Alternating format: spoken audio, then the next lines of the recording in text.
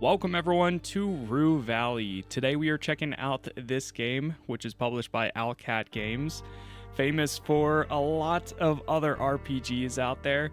And this is going to be interesting. I actually played the demo for this one back when Steam Next Fest was going on, and it's a game where you play as a guy stuck in a time loop. It's in the style of something like a Disco Elysium, which I played a little bit of, but I never got to finish a playthrough like that. I've always wanted to go back, but I just never actually have. But this one, after playing the demo, I said, you know what, we're jumping into it day one regardless, and we're just going to see how it plays out. So I think with that said, we're just going to go ahead and hit new game here and see what exactly we got here. We do not support the use of unprescribed, purple or otherwise medication for mental health, and I warn you to avoid such things in real life. Okay, I understand.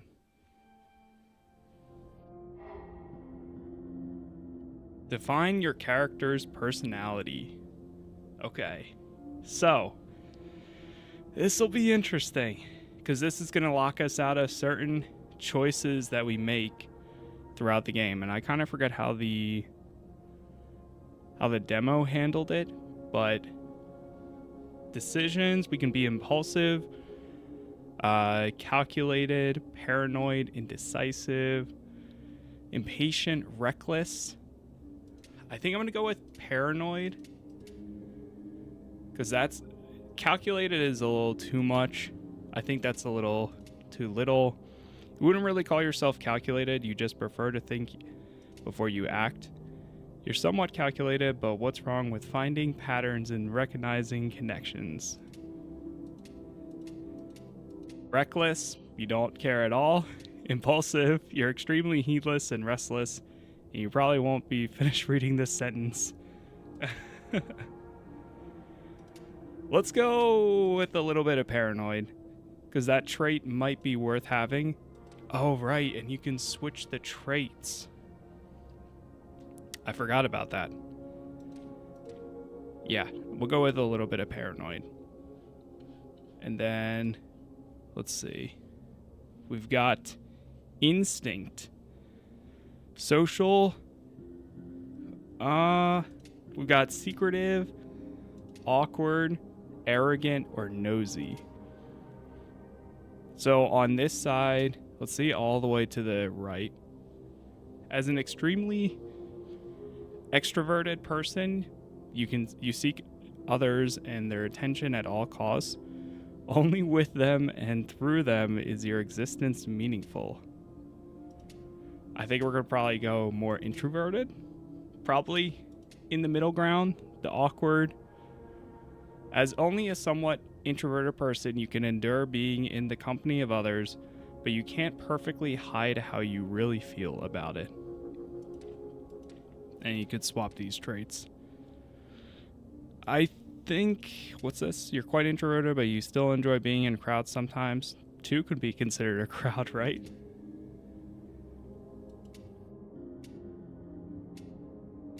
You know what? Let's go with that middle one.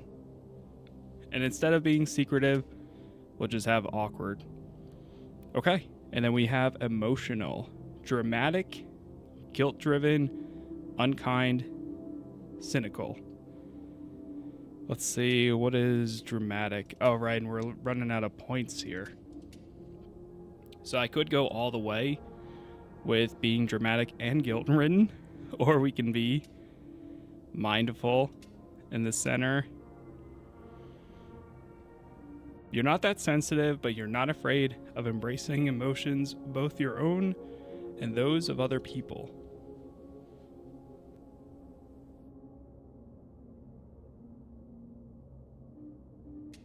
We also have, so I think we have to use all of them too. Yeah, you can't just do, like if I want to use this, you have to assign all personality points. So, oh boy. I think As a highly sensitive person, you recognize life for what it is, a constant roller coaster of joy and suffering. In your experience, mostly suffering. What's the unkind? Yeah, I don't want to go unkind or cynical. I also don't really want to go guilt-ridden. So we might just bump one of these up.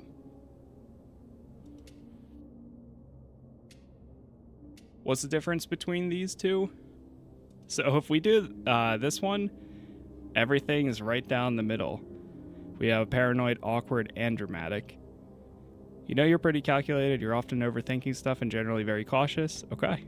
I mean, honestly, at this rate, we're just making myself in the game. But, alright, let's go ahead and paranoid, awkward, dramatic. We'll see how this plays out. Time to wake up.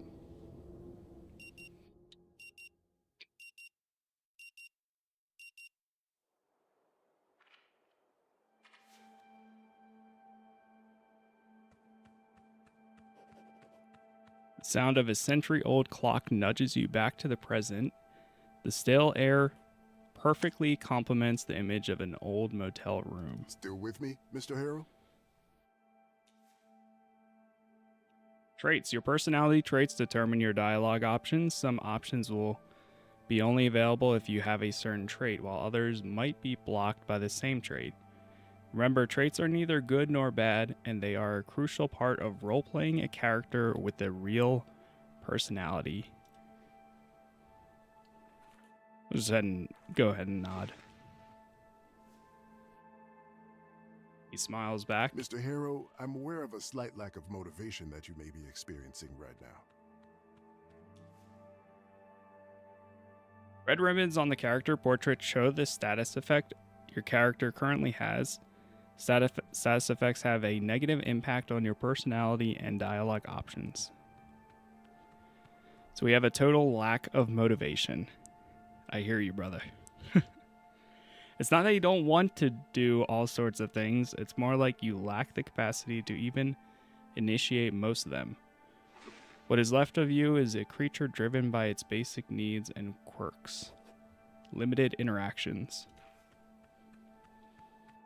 Rather stay in bed all day instead of attending this farce they call therapy in the middle of nowhere. And we'll surely be coming back to this condition of yours later during our sessions. Let me actually bump the audio up just a bit. It's a little quiet there. Should be better. Your personality is represented in this part of the screen. It shows your personality axis that you have defined during character creation, as well as the trait that you chose.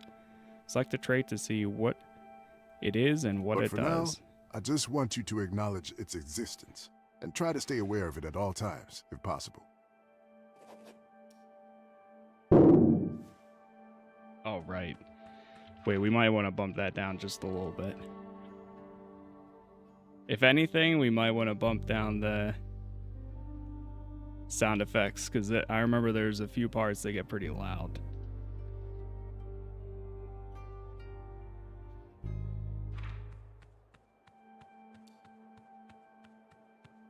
Locked by dramatic? I'm fine. I'll try. That's good to hear. Now, in order to keep us focused, I always limit the session length to exactly 1 hour, hence the alarm. However, since this is your first session, I'll allow a few questions, if there's anything. Can you simply state that I'm fine so we can both move on with our lives? Mr. Harrow.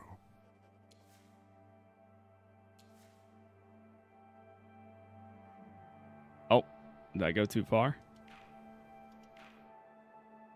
It is out of the question to dismiss you right at the start. You would be negligence on my part. I'm your therapist now, and when I see a person in need, I cannot ignore that. Not professionally, not personally.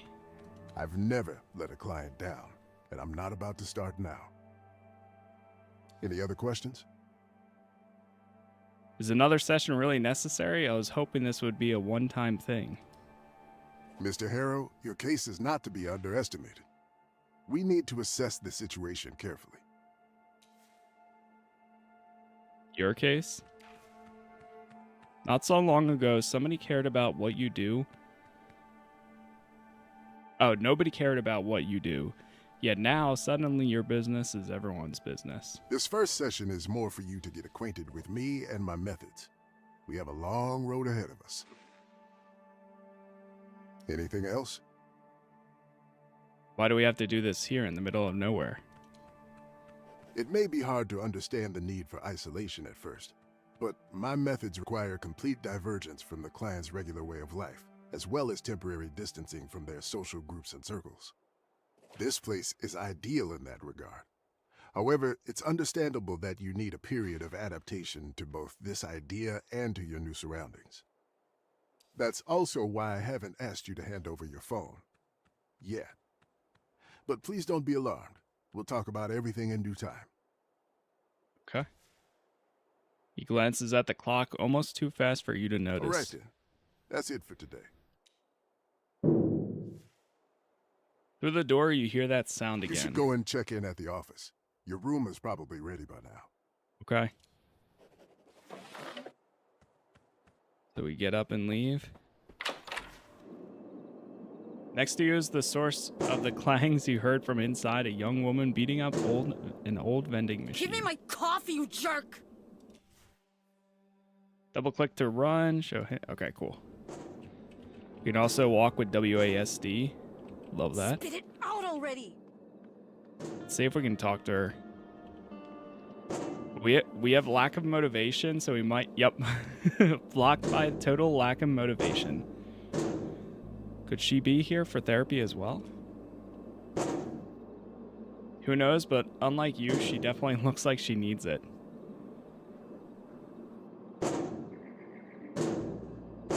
Poor woman, she should consult with a real professional, not a charlatan like Dr. Fink.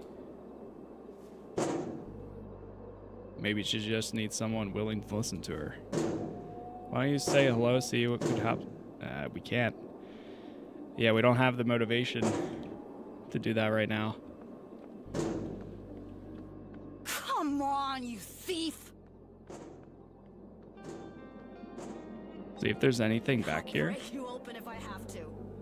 Looks uncomfortable. It does. You know what? Not wrong.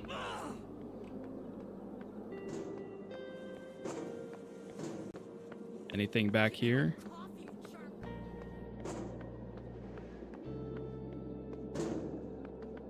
The car? Spit it out already!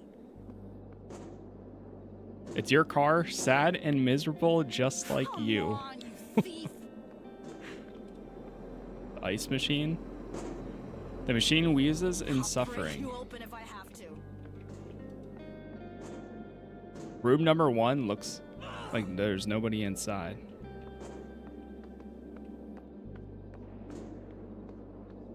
Give me my coffee, you jerk! Transformer is buzzing softly.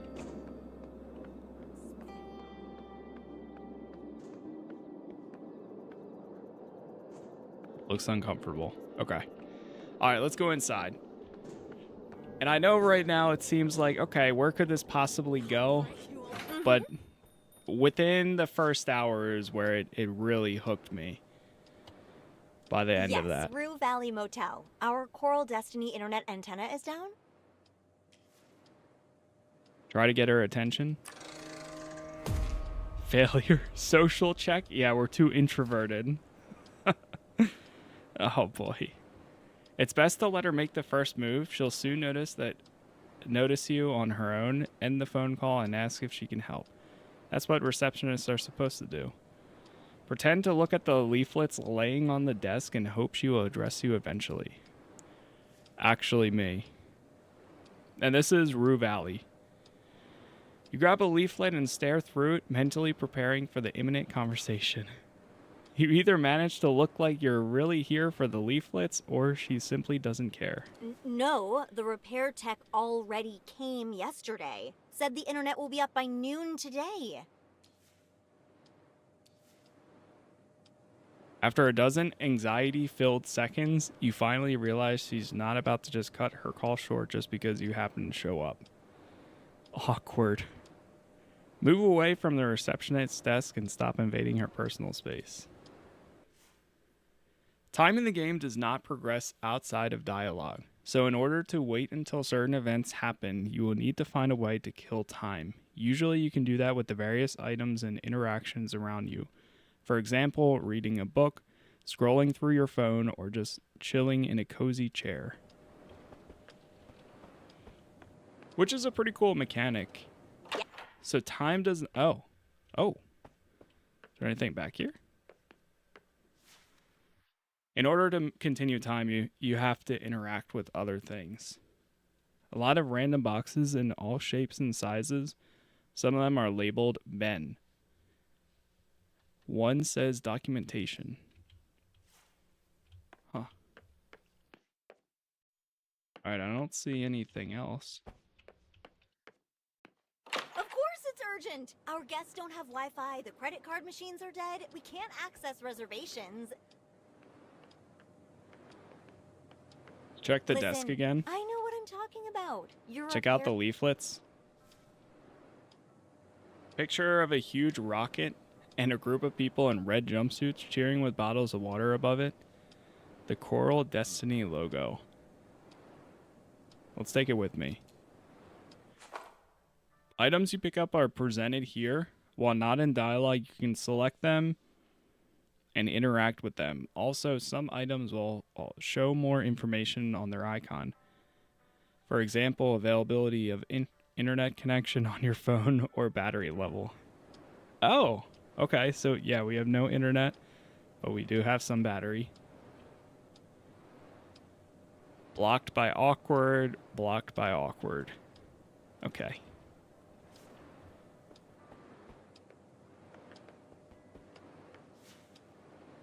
Let's sit down. Sit patiently doing nothing. Mess with your phone until you wait. Or while you wait. Or check out the leaflet. Let's mess with our phone while we wait. Play a quick match of hyper-casual protagonists. Scroll through your feed to kill some time. But we have no connection. Let's try scrolling through our feed. Until she finishes the call. You start scrolling through the stale meme, boring news type articles, beach photos of ex-acquaintances, and poorly targeted sponsored posts. Scroll some more. A grinning middle-aged stranger is apparently showcasing his newest baby. Thanks to a cleverly applied filter, both of them sport donkey ears. Scroll some more. In an overly long and arguably racist video, a non-native speaker is repeatedly making embarrassing linguistic errors. They often turn out to be unintentional double entendres. Hilarity ensues.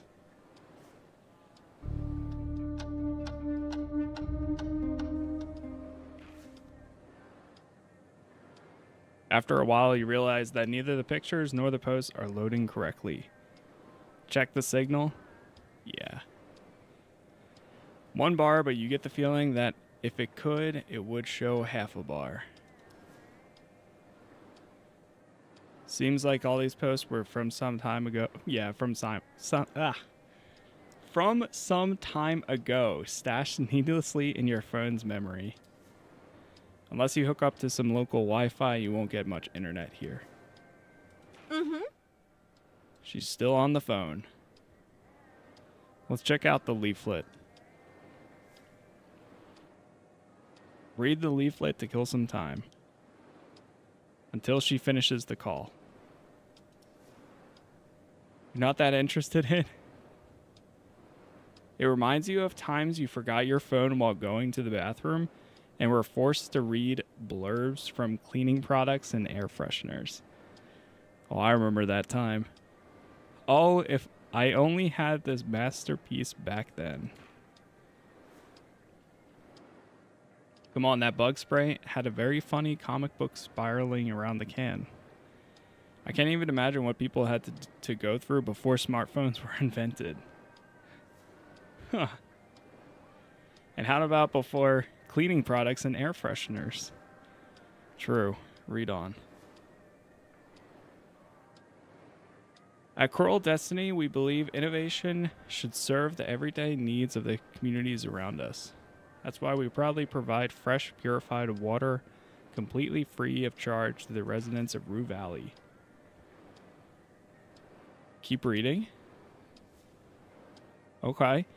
Free water. What's up, JS? No, I never played that one before. We're just going to keep going through here because we're just reading this. Struggle to find more content, at least the same level of excitement. Nevertheless, time begins to pass.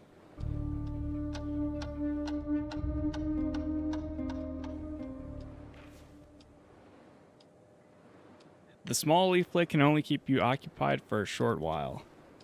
The receptionist is still arguing with the internet service provider and you're getting restless. No, I don't want a customer satisfaction survey. I Come want on. the internet. She's almost done, right?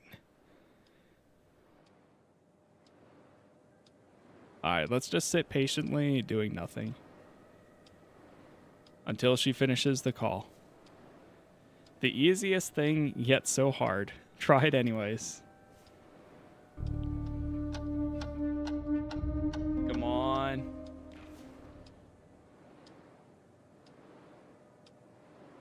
It's getting dark out. What the? It flies while you're having fun, but lately for you, it's been practically standing still. Time goes by and the girl at the reception desk is still talking. Misheard? No, she said Sunday noon. I wrote it down. I'm not... Sunday or later? That's... No. This is such a waste of time. Finally, she hung up. Hey, it's all good, Jess. I appreciate whenever you get the chance. Hi, can I help you? I would have hung up earlier if I knew you were waiting for me. You're too quiet. Congrats on that, though. I didn't want to interrupt. Oh, that's so sweet of you. Okay, let's get you into your room. So, number 6. That's the last one on the 2nd floor. Everything's ready for you. And... this is your key card. Thank you. You stretch your arm politely, hoping she'll hand you the card, but she's completely ignoring your gesture and is excitedly waving it around. Oh, I see you're confused by this. You were expecting an old-fashioned key, weren't you? Well, we've decided to modernize for a number of reasons. No. Key cards are great. She nods in response, but then continues as if you haven't said anything. Actually, one reason, to be perfectly honest, the guests just kept on losing their keys. Dramatic. It was exhausting, and my dad didn't like the cost of replacing so many locks. Hold on. Please, I think I'm dying. You mean it? Your body hurts, your tormented soul screams for rest, but your fate is in her cruel hands. Now... it is in her cruel hands now, as if the keycard to your room. Should I call an ambulance? It might be some time until they arrive, though. No. I just need to get to my room. Oh, all right. Here. Thank you. Finally, she hands over the keycard and puts some kind of document on the counter. I'll just need your signature. Blocked by paranoid? Sign the document foolishly without reading it. We gotta read the document. They won't get you this way, and don't forget the small print. Hold on, we gotta read the document first. Are you a lawyer, perhaps? Not really. Sign the document. Thank you for your trust, sir. Yep. Uh-huh. I'm here if you need anything. Enjoy your stay. Bye. Okay. Whew. We got our room key. Room number 6. We still have the pamphlet too. Put it back into your...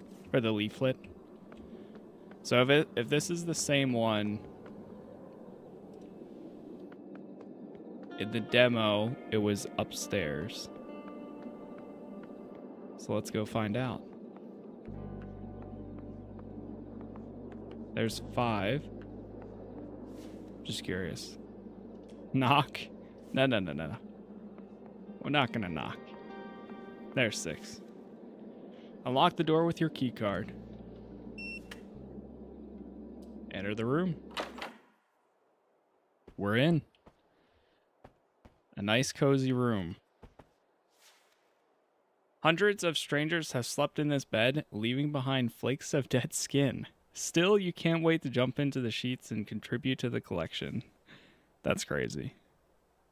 Unfortunately, between you and the object of your desire, on the folded sheets lies a dusty suitcase. Your suitcase, the smallest one you own. I can't deal with this right now.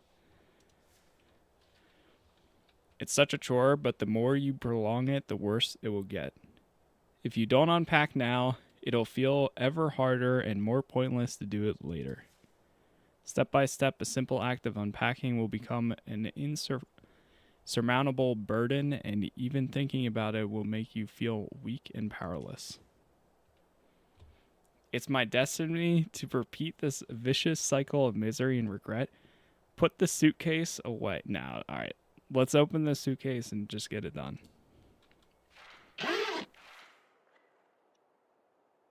There's not much in the suitcase. Spare clothes, a phone charger, a toothbrush, and a couple of other things. You really weren't planning on staying here long. Well, you better see if they have laundry facilities. Sessions, Dr. Fink said, days or weeks, months even. Decisional check. Unpack the suitcase.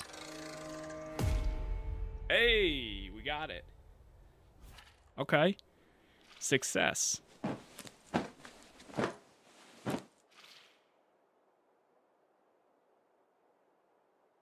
You plug your phone charger above the bedside cabinet, put your spare clothes in the closet, slippers next to the bed, and your toothbrush in a cup under the bathroom mirror. And now that the suitcase has been dealt with, the motel room is officially your home. More like a prison. Well, now you could describe it that way too. Okay. This is Rue Valley. A list of rules. You can't be bothered with that right now.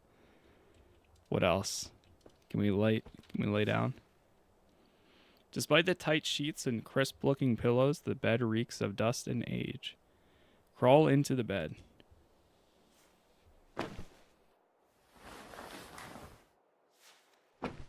Same, brother. Same. It creaks and squirms as you crawl into it. You try to make yourself comfortable, but the overly soft mattress swallows you up.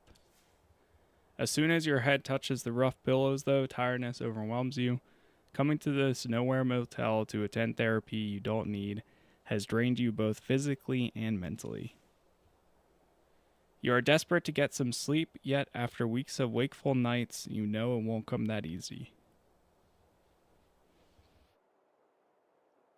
Just close your eyes and hope sleep will come. We can try. That usually never works, but hey.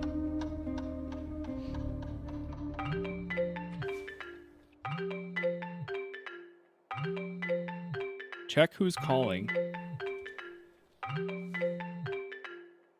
It reads unknown number. Put it on silent and ignore it. Yeah. I ain't no way. Unknown numbers, if it's important, they'll leave a voicemail. Or if it's that important, they'll also text. You know? You never answer it. Close your eyes again.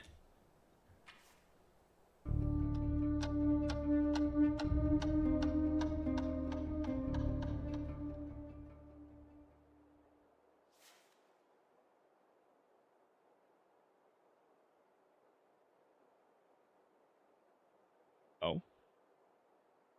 And as your mind begins to drift, reality fades away. For a precious moment, there's only darkness and silence, but your mind refuses to calm down, and soon your thoughts start chasing each other in circles. Mind map memories. This is your mind map. It is a representation of all the memories you have and how they are connected. When a new memory is available, you can recall it by selecting and activating it. Once the memory is activated, it can open dialogue choices in relation to that memory. So I think this is where the time loop aspect is going to come into play soon. By unlocking these, we can kind of recall these in future conversations. Pretend to look at the leaflet laying on the desk and hope she will address you eventually. Robin Fleming. Put it on silent and ignore it. Unexpected call. So this just gives you like a recap.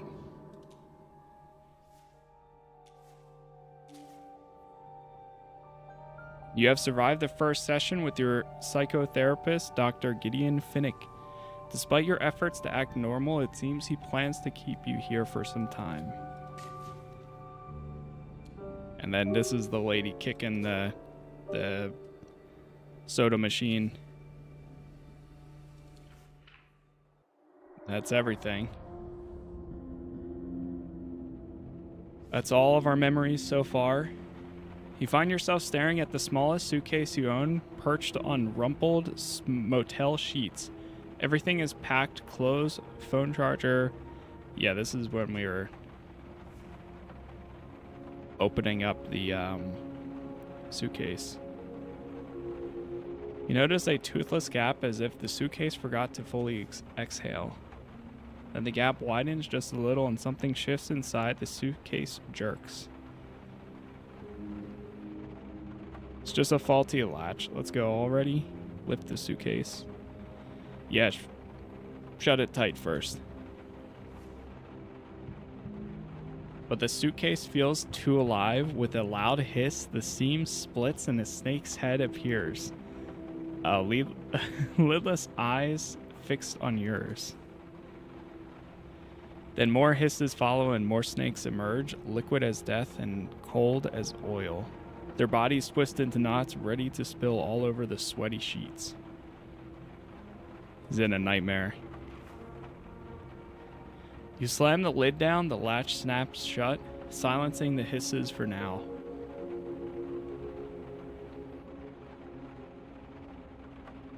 Bring the suitcase along, nobody will notice. Gotta get rid of the suitcase. Let's shove it under the bed and get out of here. Out of sight, out of mind as you descend the stairs. Midday heat pricks your neck with sweat, and you think of everything you left inside the suitcase. It's just clothes, phone charger, a toothbrush, and a couple of other things. You enter the reception area. No one's here, and even the AC is turned off. The air is hostile and heavy. Can't wait here, it's too hot. On a desk, a stack of pristine checkout forms sit behind or besides a pen. Perhaps you can just do it yourself? Yeah, let's get this over with. I mean, can't you just leave the key card and go? I need to write faster. Snatch another form and start over. Keep writing.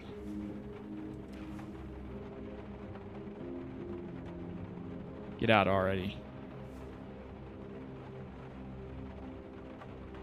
Vending machine glows like a mirage. It's a glass fogged with condensation. Insert a coin and press the button. Insert the coin and press the button. Insert the coin and press the button. The world narrows to the clink of metal on press of your finger. The machine's empty whir. Maybe this time it'll work.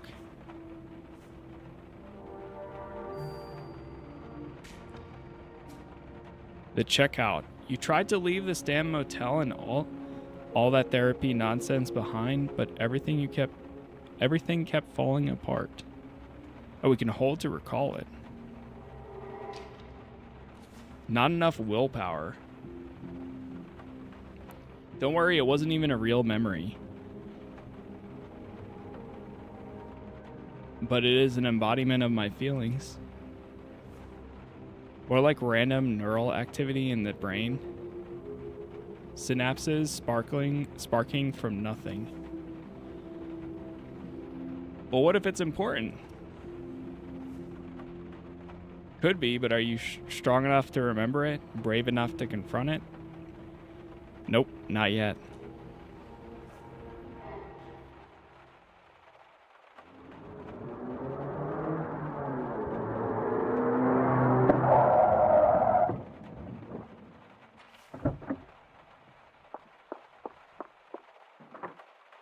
Sound of a car engine and screeches tires urges you to open your eyes, bringing you back to your miserable reality once again. Your head is still spinning. Status effect modifiers. Some status effects can have a great impact on your personality. Thirsty, for example, nudges you just 1 point towards the impulsive side, but some other status effects have a much greater influence and in some cases drastically change the personality you defined in a character creation. So now we're thirsty. Get up and find some water.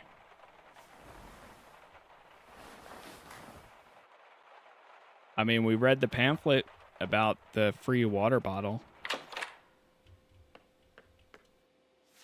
We got the sink. Turn on the tap and drink some water. As soon as you turn on the tap, a horrible smell fills your nostrils. It's like there's a plumbing issue in hell and all the block sewage is feeding directly into this faucet. Oh God, tap out. Then you see the water streaming out of the tap. It's a robust shade of jet black mixed with chunks of silt. I changed my mind. I'm not touching that water. Okay. I was going to look at the toilet, but I don't think we can do that, nor do we want to.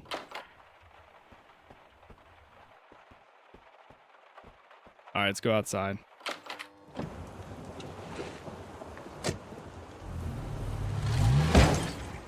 Oh.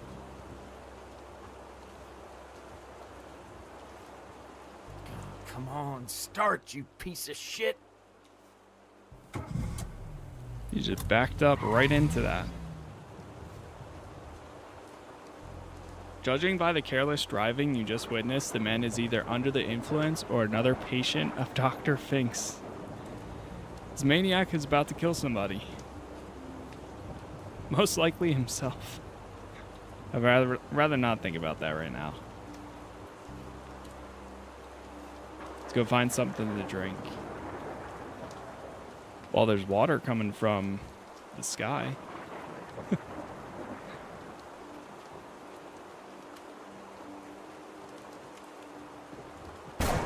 Oh.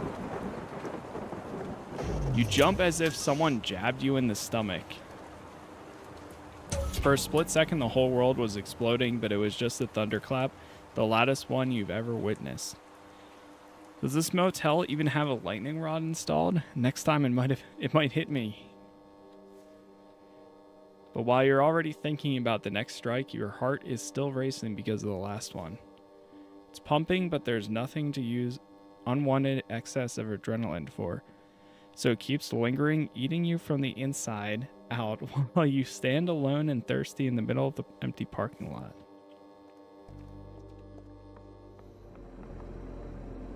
There's ice. Truth be told, that's not a half bad idea. That's a terrible idea. Who knows how old the ice is? Plus, there's a vending machine just a couple of steps away. Alright, fine. Let's try the vending machine first.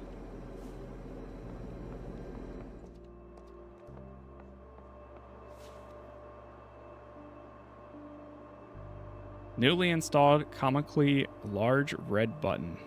Press a couple of the keys on the keypad. Button weakly beeps, but nothing else happens. Check the label on the reddish button. Drinking water for the people of Rue Valley, free of charge, courtesy of Coral Destiny. Press the reddish button. There we go. The water machine vomits out a bottle of water. I'll take it.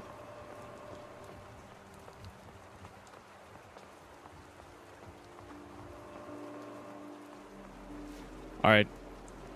Wait, how come the water is for free? Think, man. You allowed yourself to be seduced by the promise of that cool, fresh sip. Stop and ask yourself the important questions. Are they trying to get us addicted? Your whole species are already terminally addicted to water. Not wrong. There must be some other angle here. Something that's right in front of you, but you can't see. You just can't figure out it right away. If I don't drink it, I'll die of dehydration. Either way, it's the end of the road. Drink the water theatrically.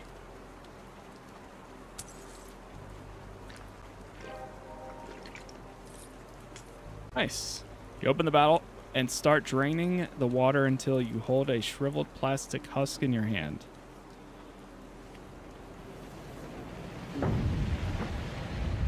Oh, here it comes.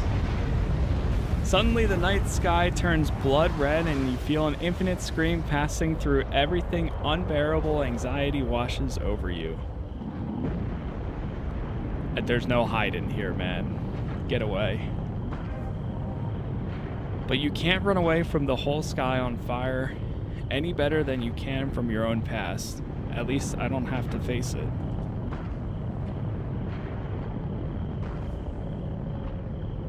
Your eyelids connect and a darkness greets you for a mere second, but as always, the carousel of spinning starts spinning immediately. How do I stop it?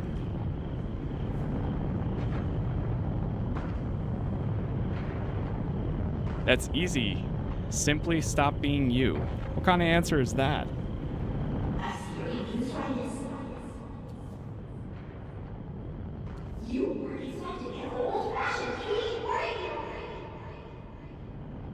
What I was expecting wasn't expecting is you. But the receptionist disappears and instead the fiery sky begins burning its way through darkness, cutting several straight, narrow slits in the road in your closed eyelids. I want this to stop. Well then, keep craving, keep clinging, keep suffering. I have no choice.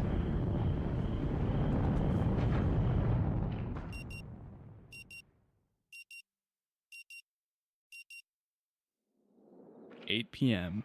Still with me, Mr. Harrow? And we're back.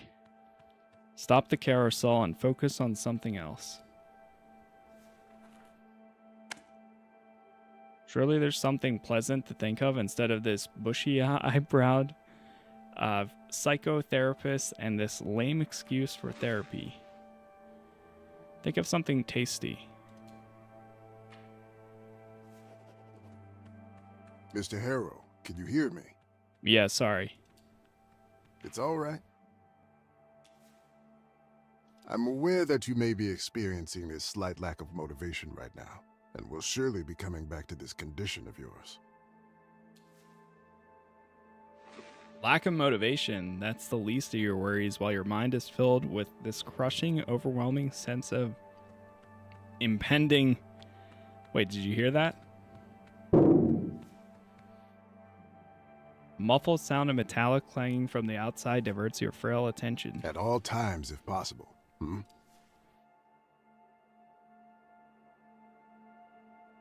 Terribly sorry, my mind wandered off. Could you repeat that, please?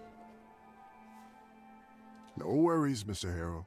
You seem to have had enough talk for today anyway.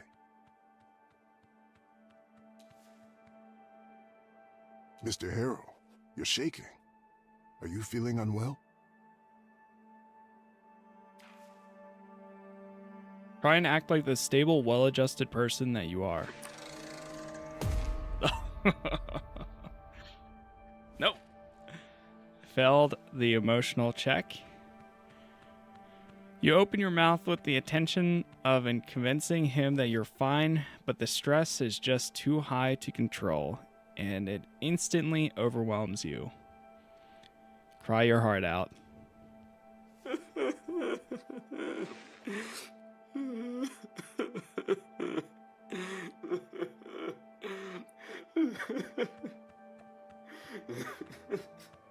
Your face wrinkles in spasms and tears burst out of your eyes suddenly as if the pressured canister full of ocean water has been ruptured by a stray bullet. It's all right to let it out. You recognize great compassion in his voice. Gradually, sob by sob, you calm down and your breath slows down to its usual tempo. There are tissues on the table if you need them. Thank you.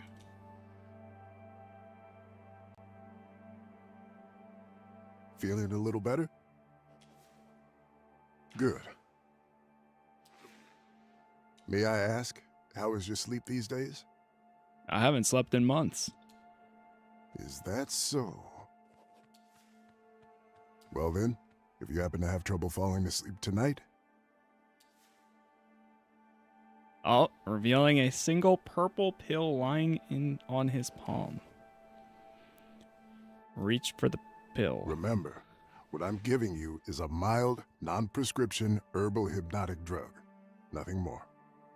Take the purple pill. Hopefully it'll help you calm down and get some rest tonight. We'll continue tomorrow. All right then. Now you only need to pick up the key card for your room. And I'll call the receptionist to make sure everything is in order. Sounds good? Thank you.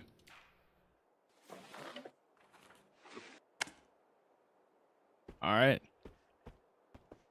We're done here. Again. Let me see. It's 8:04 p.m. Let's see. The exit is behind you. That's the bathroom. May I use it? Of course. It's a magazine. The book cover is dominated by a stunning redhead, her face elegantly made up. Her dress tight, shadows gather all around her, but a gun in her hand shows she's ready for any threat. Not to mention that with that, she's definitely a dress to kill. Blocked by a lack of motivation. Yeah, we can't read it. It's like a comic or something. What's happening to me? Must have forgotten, lost in thought for a moment while the doctor was speaking. It couldn't have possibly happened more than a couple of minutes ago, but it feels like hours has passed since. And then the sound of the old alarm clock awakened you from a daydream you can't remember, and this overwhelming tsunami of dread appeared out of nowhere. What is the story? So the story is you are a guy that was sent to a town in the middle of or like a motel in the middle of nowhere for therapy, and you're stuck in a time loop. So we were here in the very beginning, and now we're back here again. And we're still within the first hour or so it hasn't fully come together just yet, but it's slowly.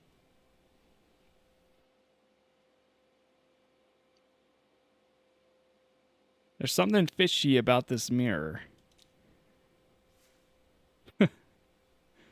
Good eye. Could it be that there's a hidden camera behind the mirror and he's secretly recording his patients? Brent, thank you for the gift. Impossible. He wouldn't, or would he?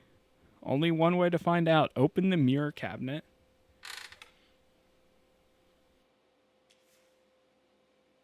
No sign of a secret camera inside. Instead, you find toothpaste, a roll of toilet paper, and a bottle of whiskey. Look at the label.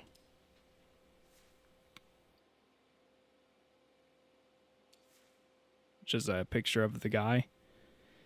Take a few sips of whiskey. I'm sure this will help. We sip from Fink's secret stash.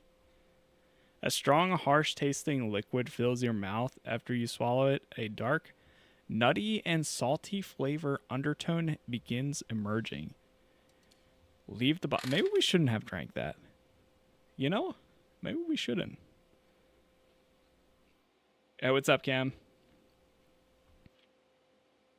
We still have anxious, well, now we have anxious apprehension. +2 calculated, +2 sensitive. Splash some water on your face to calm yourself down. As soon as you turn the tap, a horrible smell fills the room as a stream of black water flows out the old pipe. Once again. Yet somehow this doesn't surprise you. Instead, it's almost like you expected it to happen. Alright, turn it off again. Swallow the purple pill with some water. Let's take it. Wait a second, are you sure it's a good idea to swallow this mysterious sleeping pill so soon after drinking alcohol? Okay, you know what? That's fair. Yeah, I guess that could be dangerous. Let's not. The purple with the whiskey. You refreshed Oh, yourself? we have tipsy Feeling now. a bit better now? Yeah, a little bit. That's good to hear. See you tomorrow, Mr. Harrell. Bye.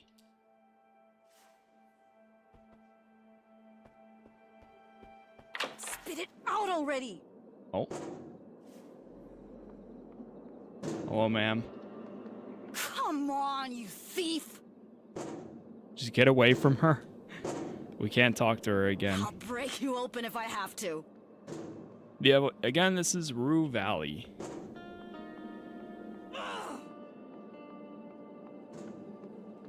Oh, we can actually investigate this.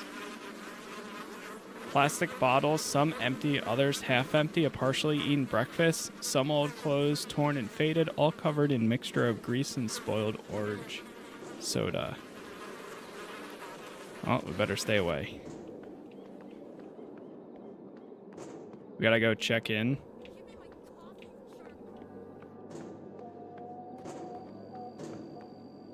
Oh yeah, we never checked out this thing. The transformer again. Come on, you Is your thief! car sad and miserable just like you again? I'll break you open if Hi, yes, Coral Destiny Antenna, Rue Valley Mo. Of course, She's it's on the phone urgent. again. Our guests don't have Wi-Fi. The credit card machines are dead. We can't. Oh, hold on. I have someone on the other line. Oh, wait. Hello, reception. Oh, what can I do for you, Dr. Fink? If it's about the Wi-Fi, yes, he's here. Of course, no problem. Tipsy, wink at her. Okay, we have to.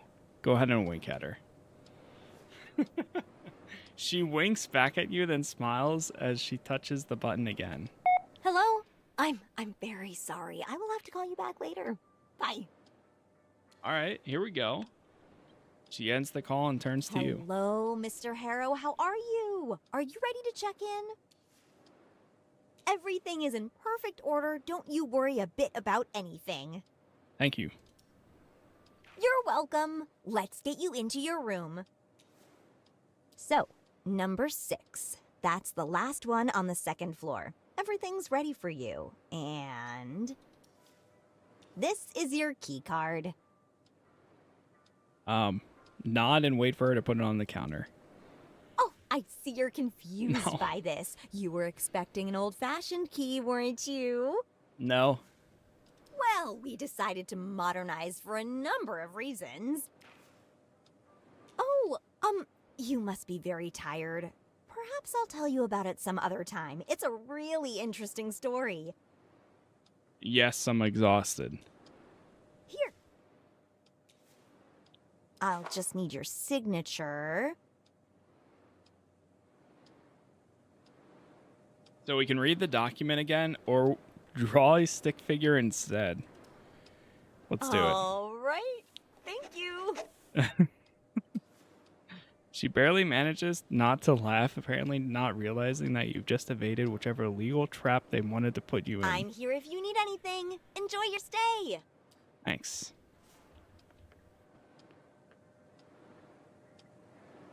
Oh, we have guilt-ridden now. Now that we're tipsy. And I have indecisive. coffee, you jerk!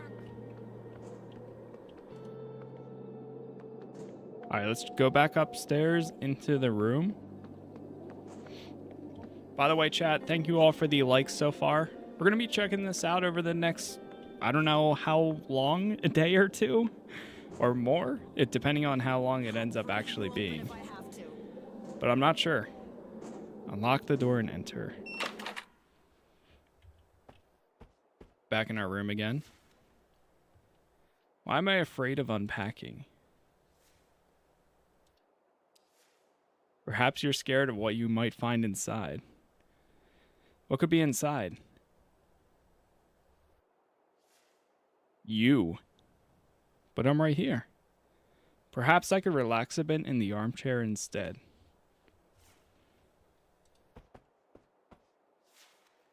Sit down. It looks exactly like the one in his room.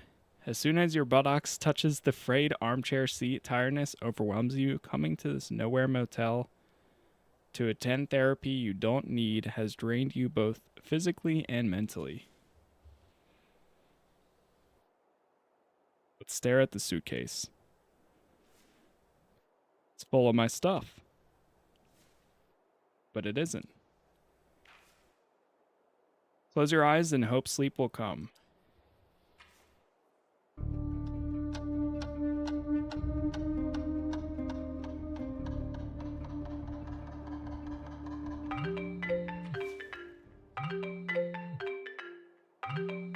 It's the unknown caller. Check who's calling. Yep, unknown number. This time we'll answer it. Hello,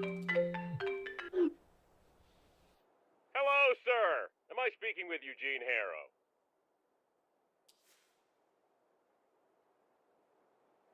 Harrow? What can I do for you? Well, Mr. Harrow, the real question is, what can we do for you? My name is Percy Rugger, and I'm a senior sales executive at Ulterior Paralegal Exploits Consultancy. We'd like to offer our help regarding your case. Who gave you this number? Well, Mr. Harrow, to be honest, I don't even have your number. It was randomly selected by the computer. The privacy of our potential clients is among our core values here at Ulterior Paralegal Exploits Consultancy, I can assure you. Paralegal exploits. Now, if my information is correct, you have recently been unjustly forced to participate in treatment which, in our opinion, may have consequences not aligned with your best interests. Are you referring to my psychotherapy here in Rue Valley? Mr. Harrow, let me be frank with you. I have no idea where this true valley of yours is, but we will work together to put an end to this undue response to your, well, unique situation. I mean, we have only known each other for a couple of minutes, and I can already see what a strong-willed individual you are. You know what you want, and nothing will stop you from getting it. I don't know about that. So I presume you're ready for the next step in our cooperation? Well, do I have to decide right now? This is happening so suddenly. I completely understand what you're trying to say, Mr. Harrow. To make things easier for you, I'll simply write down your general consent here and forward your case to my colleagues in our paralegal department. They'll contact you shortly. Well, Mr. Harrow, it was a colossal pleasure talking with you. Juice! Before you have a chance to say anything, the phone line is already dead. All right. Well, now you know you're not the only one who realizes the absurdity of this mandated psychotherapy. Close your eyes again. We still don't have a connection, so not really a point in using that just yet. And as your mind begins to drift, reality fades away. For a precious moment, there's only darkness and silence, but your mind refuses to calm down, and as soon as your thoughts start chasing each other in circles. So we've got some new memories this time. For a split second, the whole world was exploding, but it was just a thunderclap, the loudest one you've ever witnessed. That was the thunder. There's the caller. The guy that crashed his car. The careless driver. The fiery sky. You can't run away from the whole sky being on fire any better than you can from your own past, but nothing happened afterwards. Nothing after, but everything again.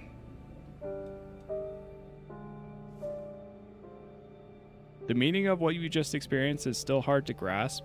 Is this some kind of weird deja vu? The memories seem so real, and yet these things clearly never happened.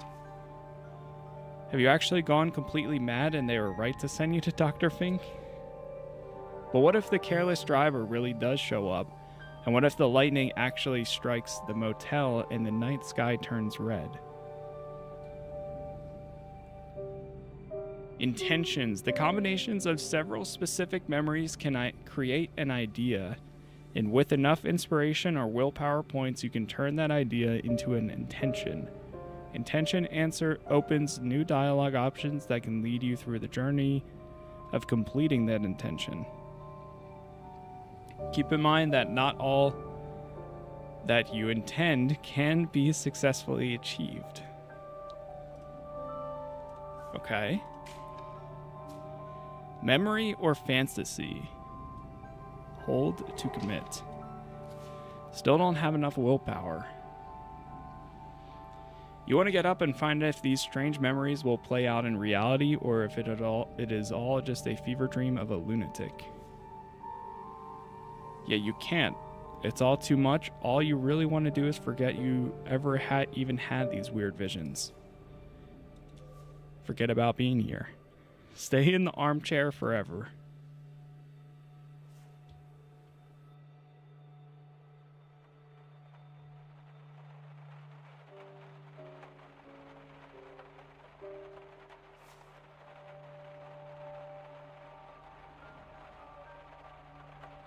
Seconds feel like minutes, and minutes feel like hours.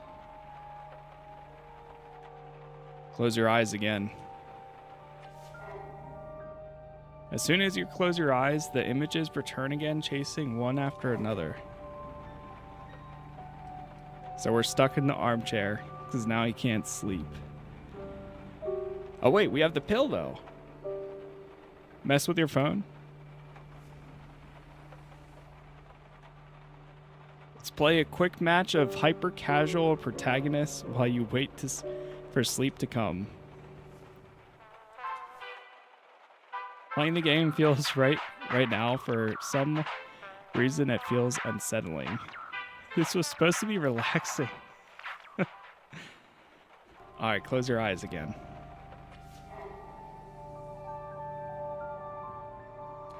Yep, they're back. Okay. We have to waste more time. Scroll through your feed that always makes you drowsy. Same old, same old. Well, there's nothing else to do but swallow the purple pill. Swallowing a pill without any water is not a pleasant task. True, but getting up only to get some water definitely feels like too much of an effort. Force the pill down your throat. Purple pill lost. Alright, let's try closing our eyes again.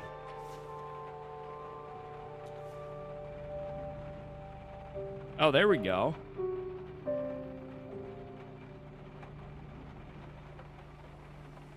No fear.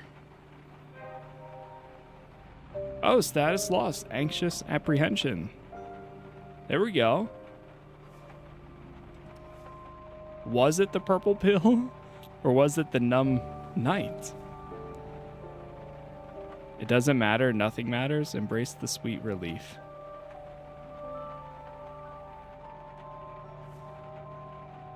Wait, so it got rid of the anxious. Ah, man, I wish I got rid of the total lack of motivation.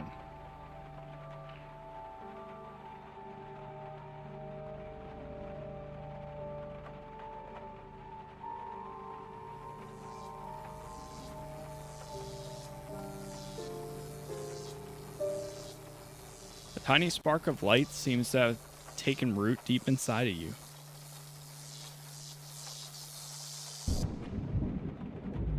Oh, the lightning. We lost total lack of motivation. There we go.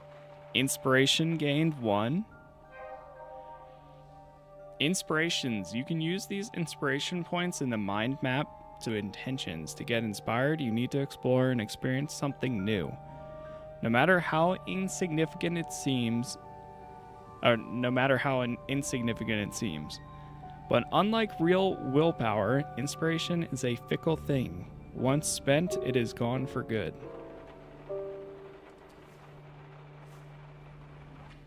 So we can go into our mind.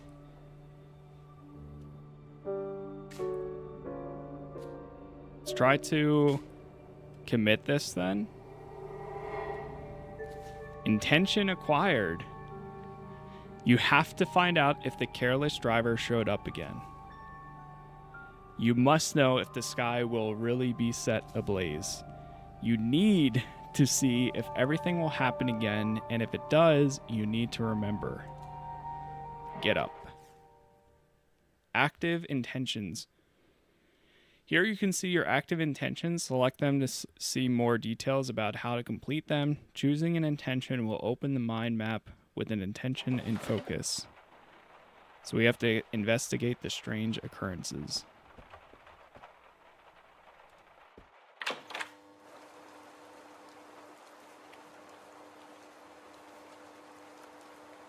Glance toward the parking lot.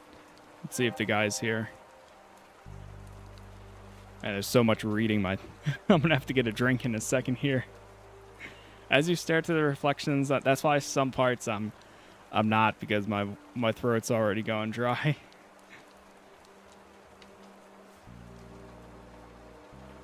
Okay, so he hasn't showed up yet. Let me save real quick. Give me 1 second. I'm just going to grab a drink and then we will continue here.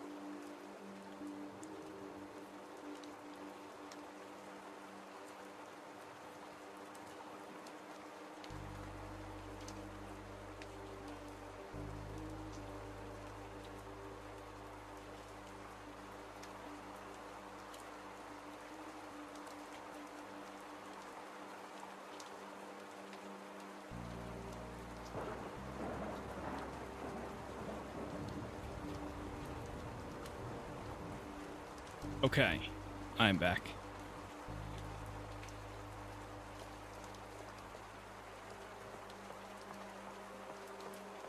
Let's see if this careless driver returns.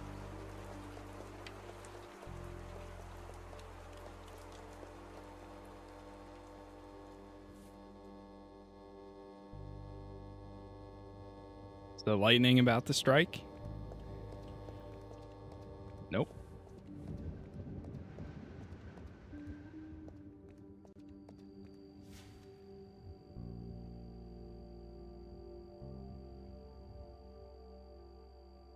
Inspect it. So there's some red plastic shards. No sign of impact.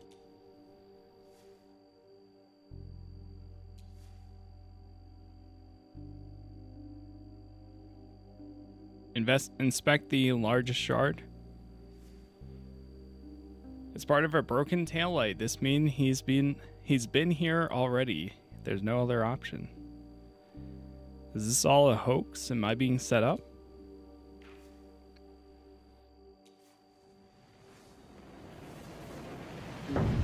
And here it comes again. Everything happened again. Before you can wrap your head around all this, the skies are once again set ablaze exactly as you remembered, only confusing you even further. What will happen now? Will you find yourself back at Dr. Fink's office in a moment? Will you remember anything? Or was this a one-time thing and the evening will continue as if nothing happened? Befuddled, you cast your gaze on your wristwatch. It's 8:47 p.m. Time. From now on, you will have the exact time displayed here. Pay attention to it because in Rue Valley, situations change when time changes. Characters might leave their some locations and arrive at others. Their mood might change and they might act differently at different times.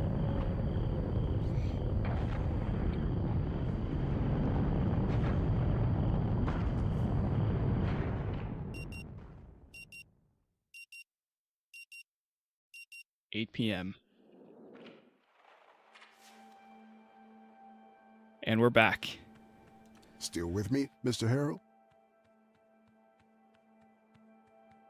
You have my full attention. Mr. Harrow, I'm aware that you may be experiencing a slight lack of motivation right now. Not anymore. I was daydreaming.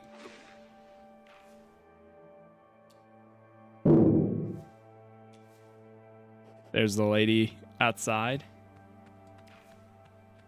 The receptionist, the thunder, the driver, and finally that of yourself, standing in front of the transformer under the fierce, fiery sky, hoping you won't forget everything again. Hold to wrap up. As you struggle to put the memories in the correct order, your mental fog dissipates and two simple words form on your lips. Time loop. Seems like you're trapped in some sort of time loop where the same 47 minutes repeat over and over. Oh, he heard me. I don't think I follow, Mr. Harrow. Would you care to elaborate? I'm trapped in a time loop. I see. He gives you a concerned look. The next 47 minutes are repeating over and over again. All right. And how does that make you feel? You don't believe me. Mr. Harrow, it doesn't matter if I believe you or not. We are here to understand your situation and take the appropriate actions.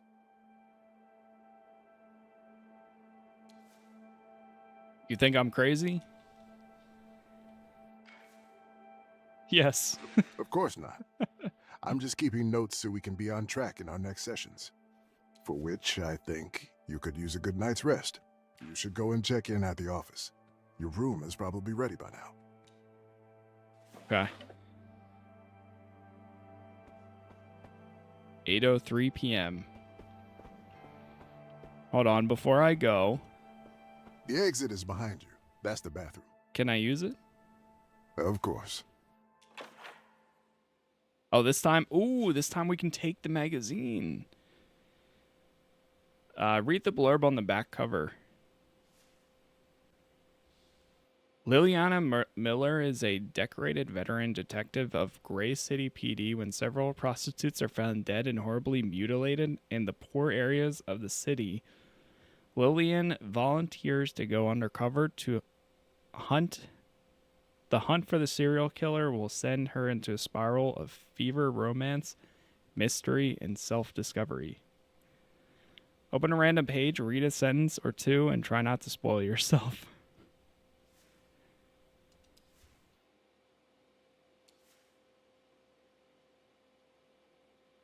With a deep sigh of pleasure and relief, she slid off his sweat drenched. Oh, You're not sure what's happening or why, but that's how it is when you start reading a book in the middle. Right, better not spoil it. Let's start from the beginning. Let's take it with me.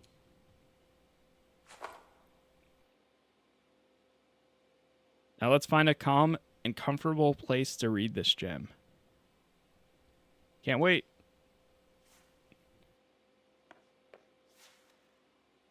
Open the mirror cabinet again. Take a, you know what? This time we'll leave the bottle.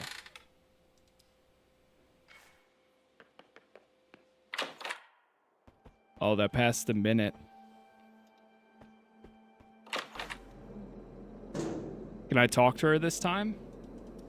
Since we don't have the lack of motivation. Are you really thinking about running away? What else is there to think of? Bold choice. Nothing says I'm in control of my life like flooring it into the great unknown. Or slinking back home. It's got to be this motel, right? Right? Blame the dingy hotel.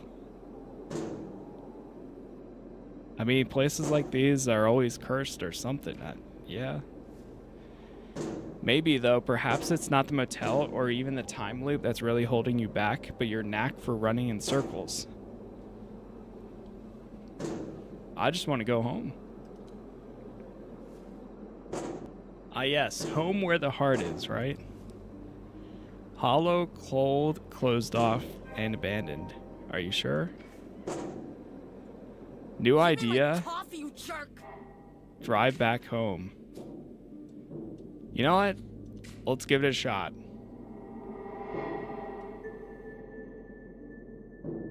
We have to at least try, right? Like, that's one of the first things you would try if you're in a time loop.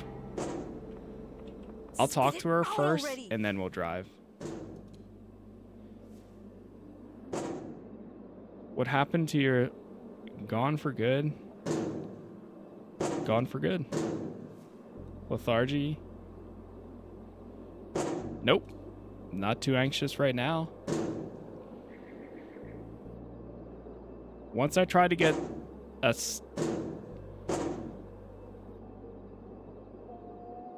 once I was like, wait, what? I tried to get stuck? Once I tried to get a stuck can out, but my arm got stuck and I had to wait hours for the repairman. Really? That's unfortunate.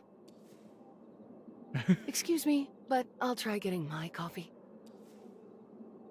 Those are rigid, so they just take your money.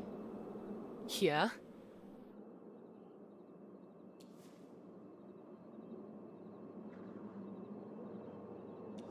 Yeah.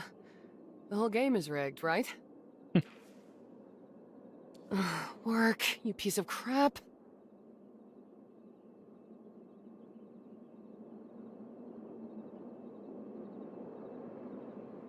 If you can make a horror game of yourself in game, what would be your character name?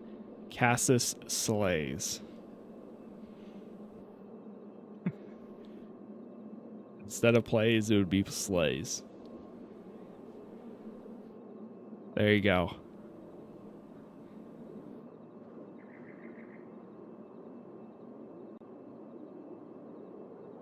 Maybe the universe is telling you to switch to tea or something. And as soon as the universe produces tea that smells, tastes, and feels like coffee, I'm all in. But seriously, what do we do now? I cannot survive what's left of the day without coffee. New idea, fix the vending machine. Okay. We've got a bunch of ideas now. Come on, you thief. Oh, I thought she was yelling at me for a second. I was about to say, what the hell did I do? This is Rue Valley. Oh, we can sit here. All right, let's try driving home. Let's see what happens if we drive back home. Drive back home.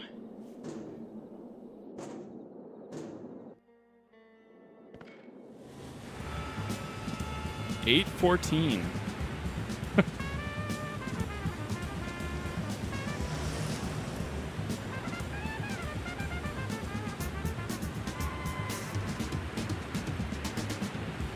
Check the fuel gauge.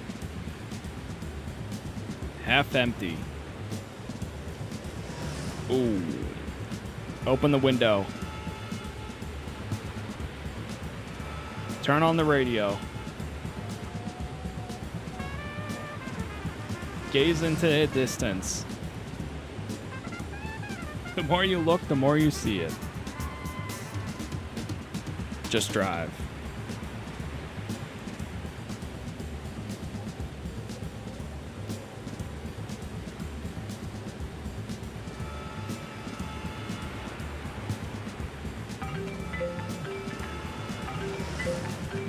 No. We're driving. Reject the call. Ignore the call. Put your phone on silent.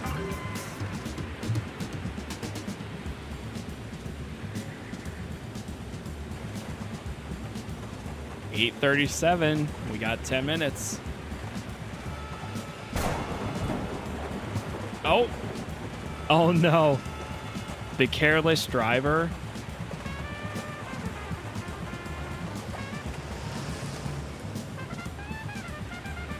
$8:47. There it is. The sky erupts in a blaze of glory as if someone staged a fireworks show from a successful getaway or the apocalypse. Ah!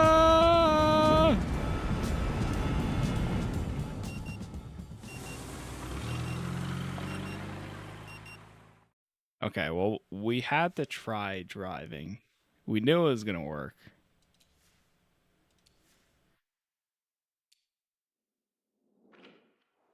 Still with me, Mr. Harrow? Sorry, I decided this therapy is not for me. Goodbye. Drive like a maniac.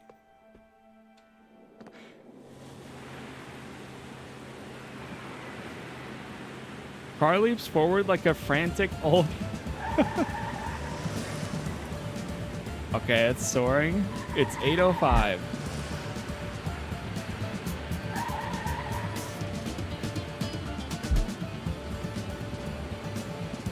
I don't care. I'll try it this time.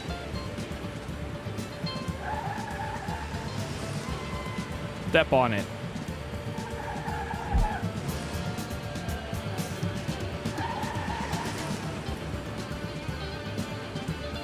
We have to finish drive back home.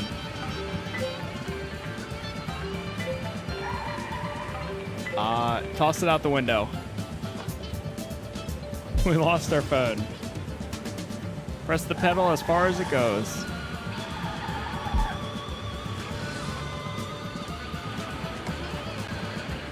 $8:37.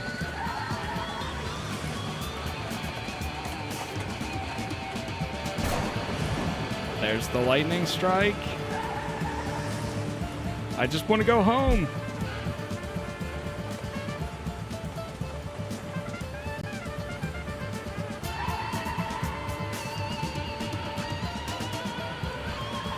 This is the furthest you've been able to go. We got 2 inspiration, but time stops. Not because of the fiery sky and the end of the loop. Your internal clock says that you still have a couple of minutes before that happens. It stops because you are not in control anymore. In control of what?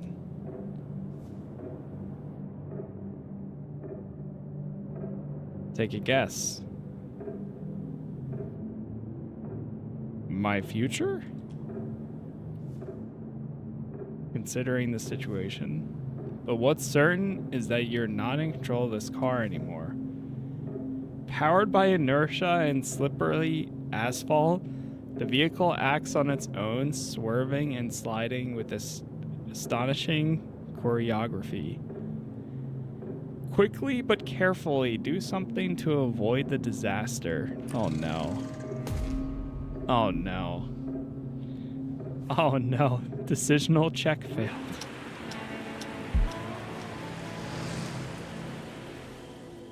Oh? You grab the wheel and manage to straighten the car, but the inertia is still there, pushing you straight to the curved road and into the abyss. Slam on the brakes.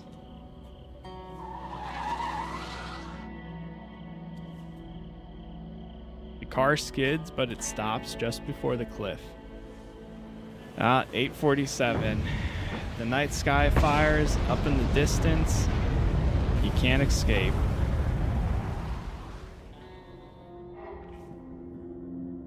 The checkout. Not enough willpower.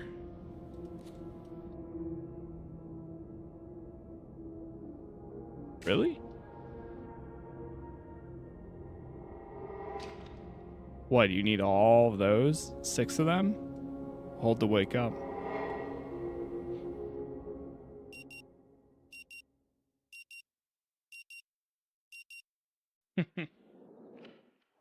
Still with me, Yeah, Mr. he must Harrow? live pretty far. Yes, and I have a question. Doctor, I saw the whole sky being set on fire. Oh? So what would you say that fiery sky means to you? The end of one cycle and beginning the next? I'm pleased you see it that way. Nothing ever ends. Not really. Even in death, a prime example of apparent finality, a person lives on in the memories of his friends and family. Maybe this is why so many human cultures have based their mythology on the cyclical nature of the universe. Tell me, how did you feel when the sky was burning?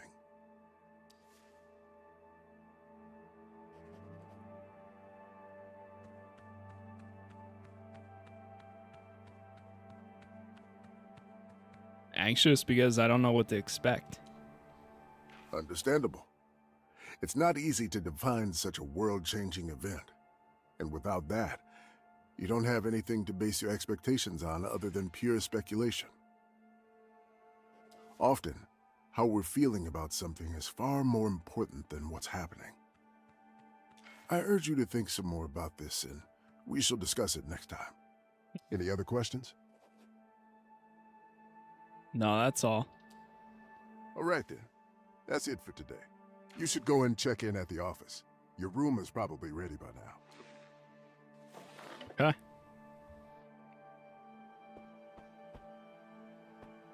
Did we complete drive back home? Grab the wheel and head homeward. Give me my coffee, you jerk! As you leave the doctor's office, the same sight hits you once again. You struggle with the fact that the loop seems to be infinite.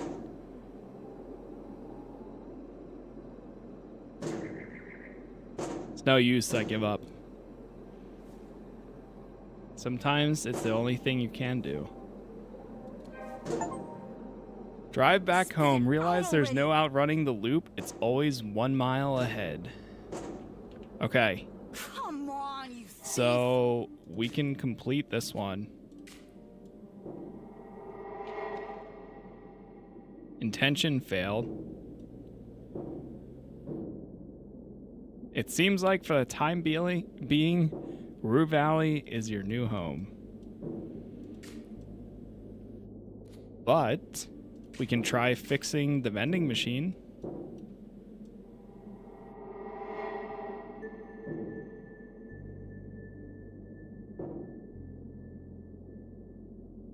Press the return change button really hard.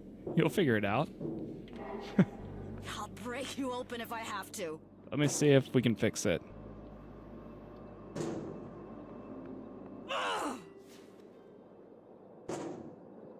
Maybe I can help? Sure. Give it a go. Grab it and shake it. The trick is knowing which buttons to press. That's genius. I'm watching. Press all the buttons one by one.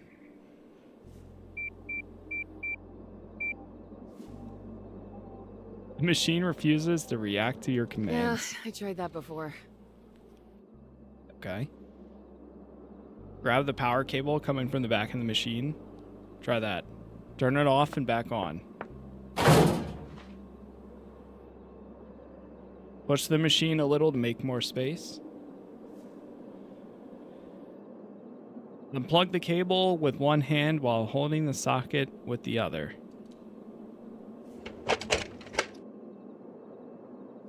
The old did you try unplugging it and plugging it back in method. Good idea. Yeah. Plug it back in. Press the coffee button triumphantly. Come on. Work. Nothing happens. Slap the machine.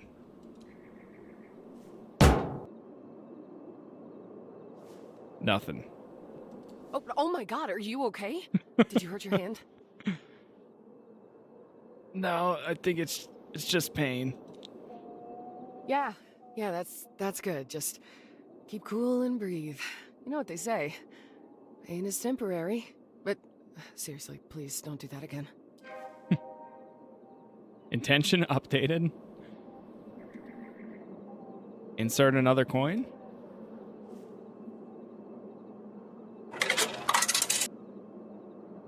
Press the coffee button cautiously.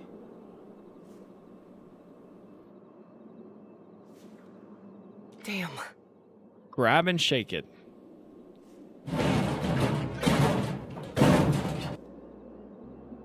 Well, I guess it needs more than a hug.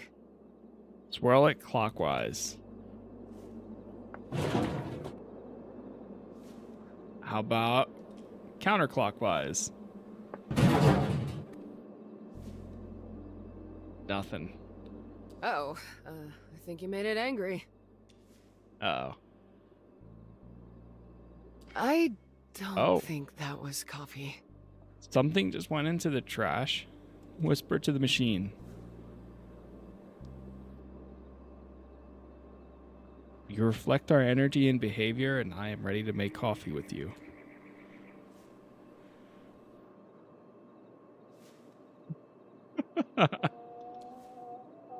Hey, are you talking to the machine? Guess not. Well, it was worth trying at least. Whatever. Was just curious. Alright. Well, there's nothing I can well, do. Thanks for trying. I'll go back to beating some sense into it. Let's see. So how did this update? Vending machine vandal.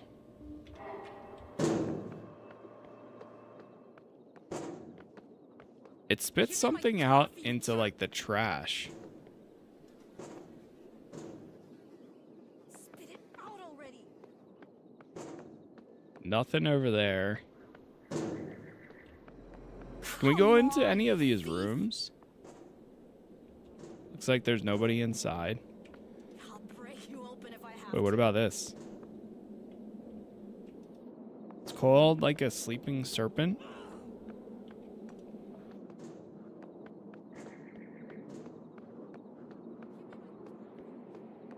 Let's try going up here.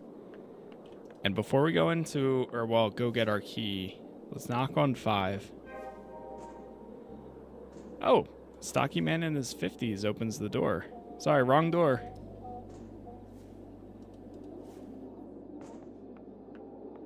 Spit it out already. Okay. So that's something. We know there's a guy there. One is I'll break empty. you open if I have to. Anything with the ice machine? No.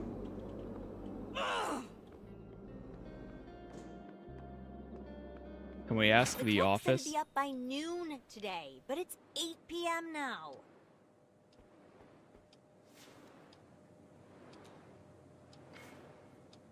Hold on, we have something in here. Oh, this.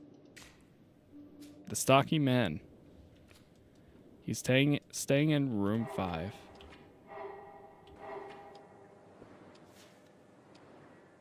Yes, your colleagues already suggested I reboot the modem. I even tried a backup router. Try to get her attention again. Ah, man. Social check failed.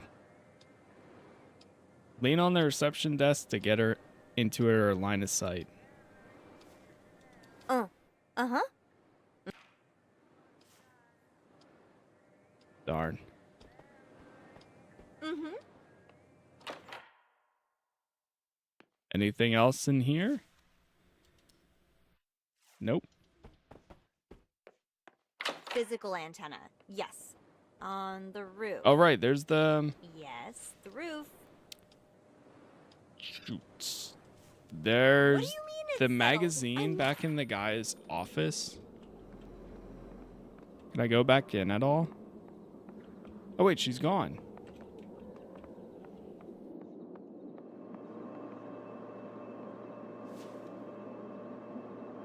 Press the reddish button. Got a bottle of water.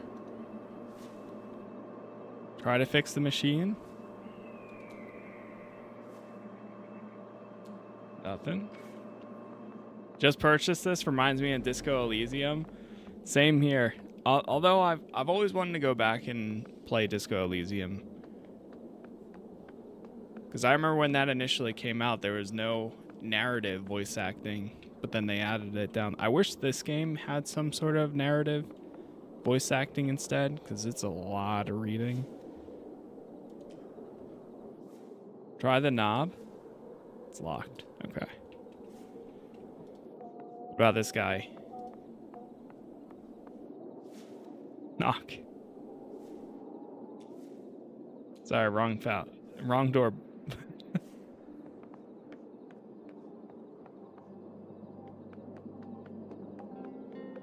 Oh, is she in number 1, maybe?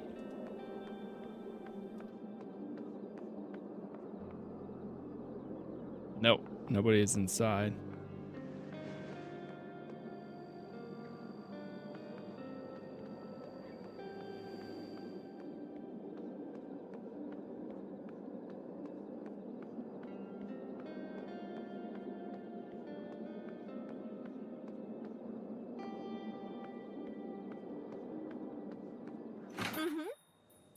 Disco is very much a game to go back to. I'm gonna have to get the updated version myself. Yeah, I want to at some point, but we'll see. No.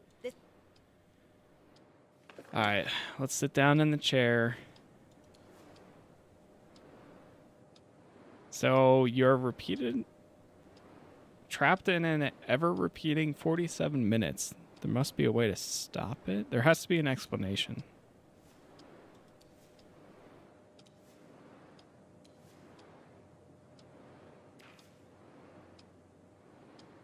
Your memory is the only tool you have at your disposal. There's just too many things to remember. It's only 47 minutes. Fair. Observe and do nothing.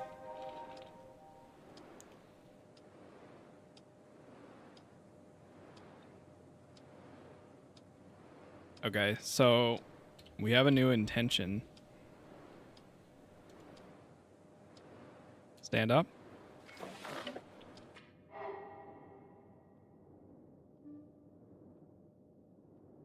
Where is it? You're in a time loop. Gathering information might be your best shot at figuring this thing out. The least you can do is find a bench and observe what's going on.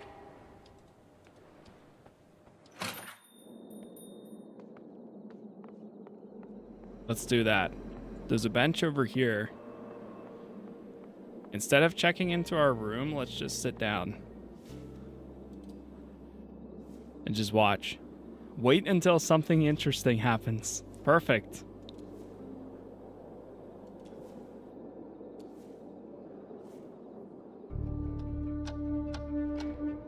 Let's see what happens next.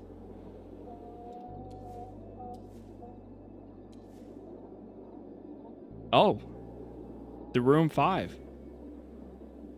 It just unlocked and somebody walked out.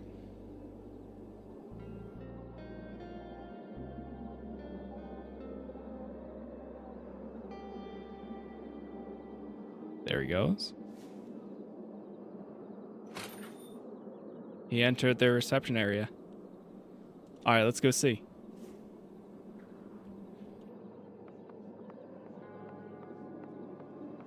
That's something new.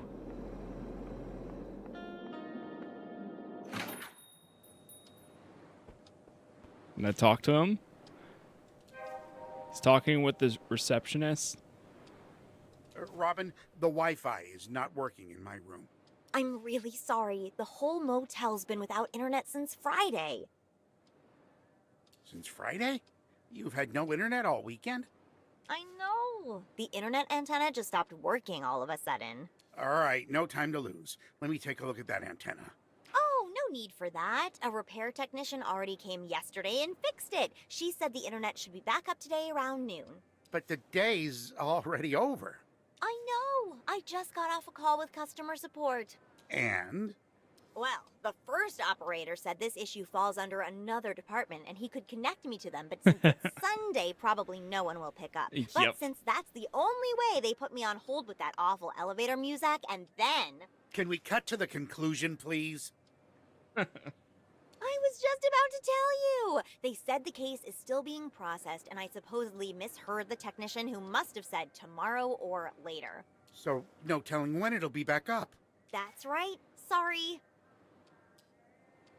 This is absurd. Why is this happening now, of all times? I have a crucial online meeting at 8:35. Missing it is not an option. I absolutely need the internet. I'm very sorry about it.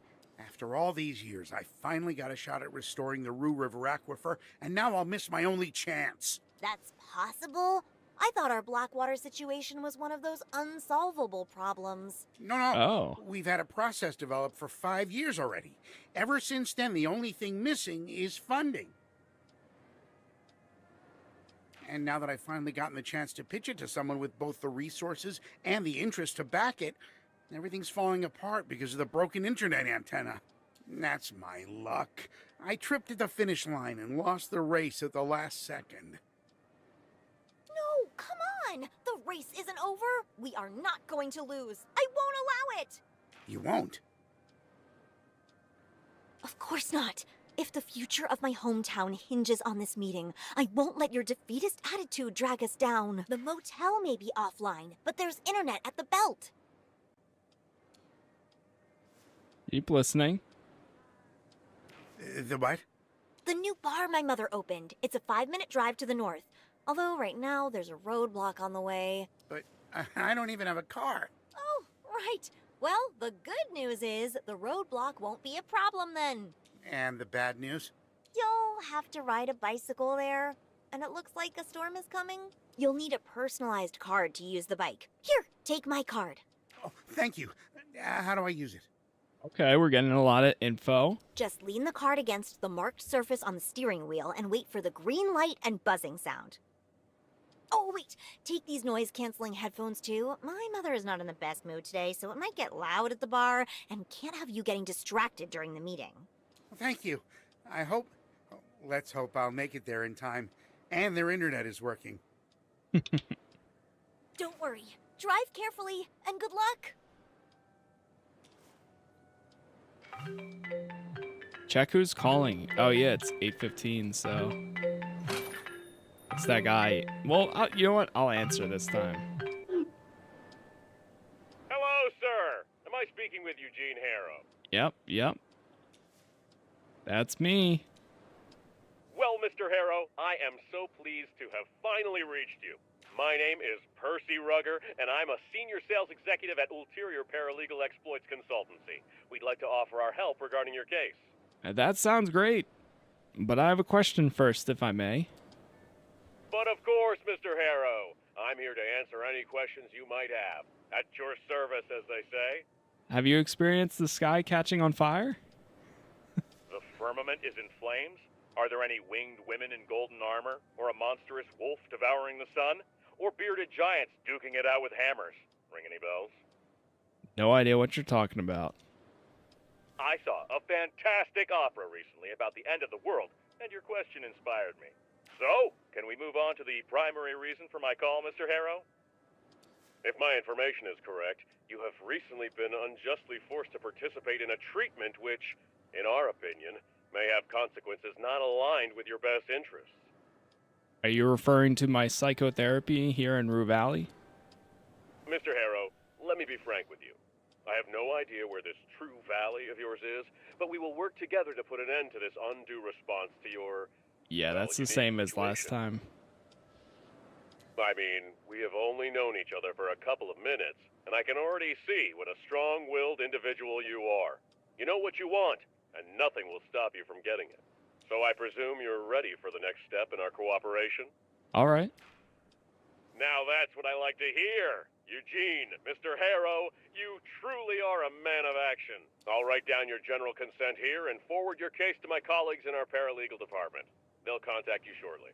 Well, Mr. Harrow, it was a colossal pleasure talking with you. Juice!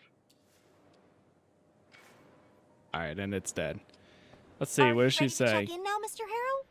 Hey, do you know how to fix the vending machine? It's stuck. Oh. It's weird, there's some lines that aren't voiced, but then there's some are.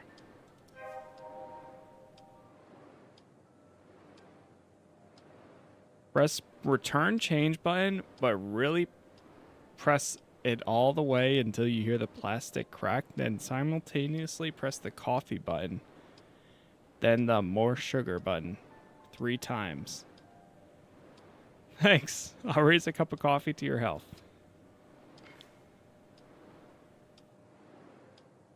Enjoy your coffee. I'm trapped in a time loop. Oh, well, that's an interesting thing to hear. Anyway, let's get you into your room. So, number 6, the last one on the 2nd floor. Everything is ready for you. And here, your key card. Oh no. Here we go again. Don't you worry about anything. Dr. Fink is the best. You think I'm crazy? Of course not, Mr. Harrow. Like I said, you just must be very tired. Why don't you go to your room and get some rest? Never mind. Thank you for your trust, sir. Don't I need to sign a document?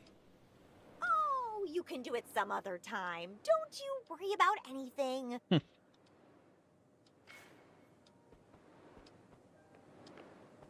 Not this time, I guess. What if I select the car? Are we able to drive up to the other place? Press the return change button, but really press it all the way until you hear the plastic start to crack, then simultaneously press the coffee button. Insert a coin and press it. Hey, there we go. It won't last. It's hopeless.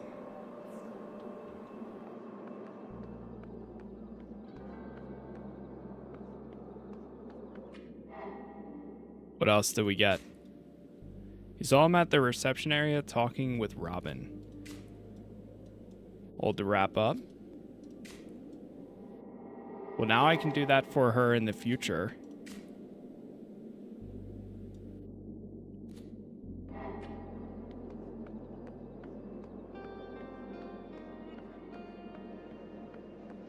Let's try driving south.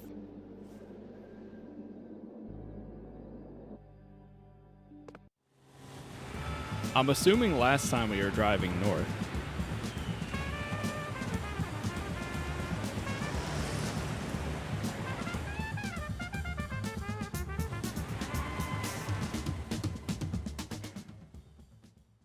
Oh, wait, we made it somewhere. Max gas.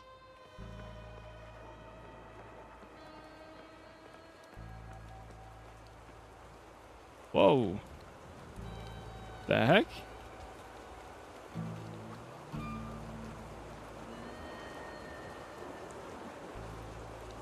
There's a bench there.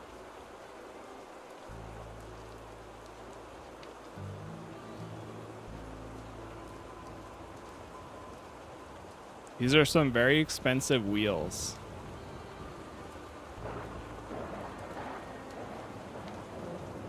Oh, wait. Is it a camera?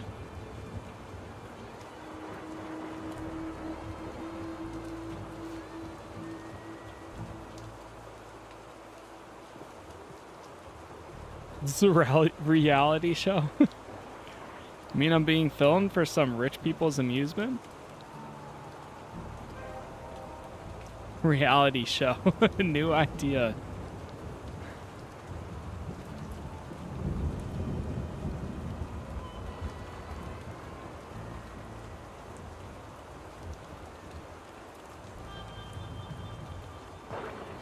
Alright, let's sit and wait until something interesting happens.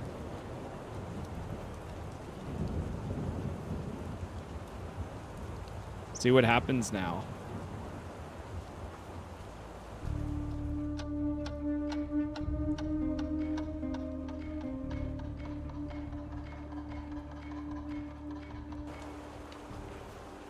Anything? The rain's about to stop. There's the lightning. Oh, power went out. Somebody came out.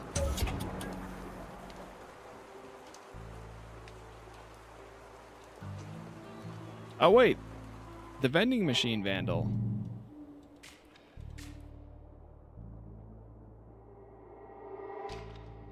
Not enough willpower.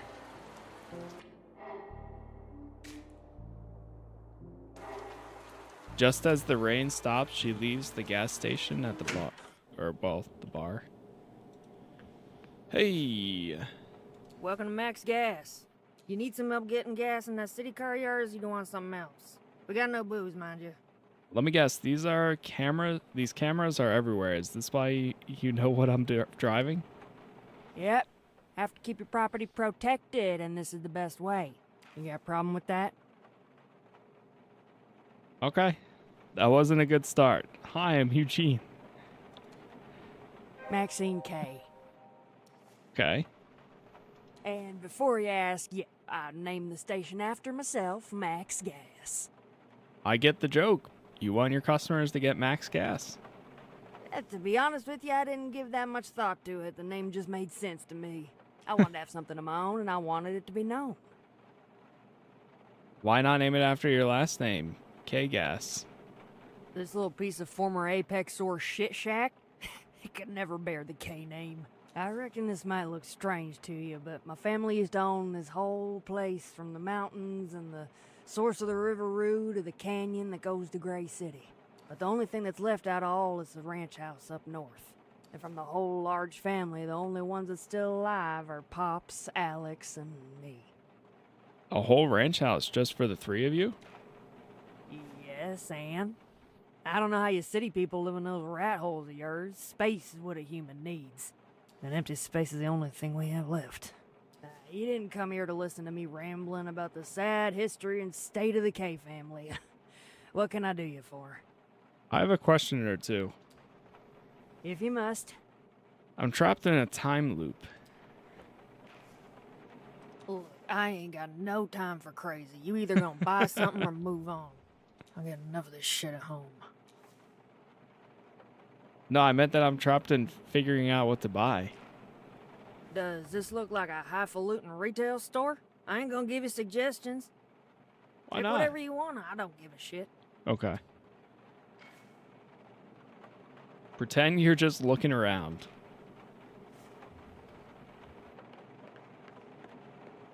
Alright, we got like 8 minutes. Oh boy. Can I ask her anything else? Alright, never mind.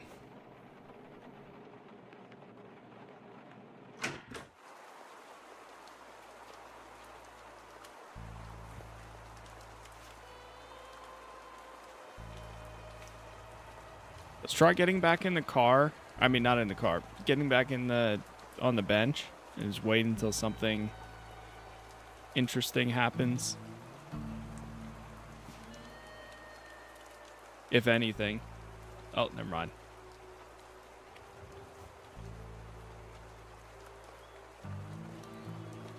We open up the map again. So I need some sort of inspiration to get one of these.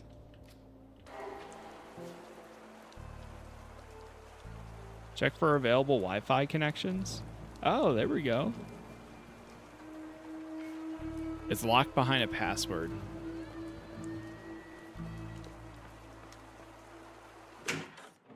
See if I can ask for it. So? You buying something? Any chance I could get the Wi-Fi password? Are you gonna buy something or what? How about a pack of gum? A pack of gum coming right up. And the password is, damn, let me think. Yeah, oh, that's right. Uppercase T3, ST, exclamation point, uppercase X, 5, uppercase V, 3R, 1 TA5. Test. And my no-good brother came up with that spew, and let me tell you, it's one of the easier passwords he came up with. You ought to see the awful mess of a daily password waiting on me back home. The thing looks like someone hit a keyboard while sneezing. Just looking around. All right, we got 8 minutes.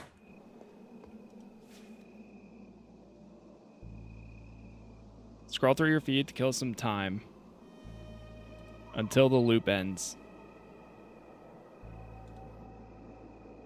Scroll and hope. Come on.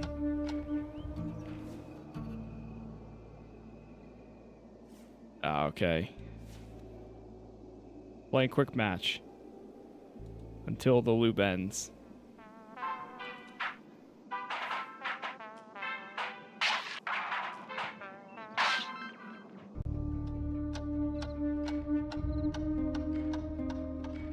And here it goes. Tap the pile of boxes.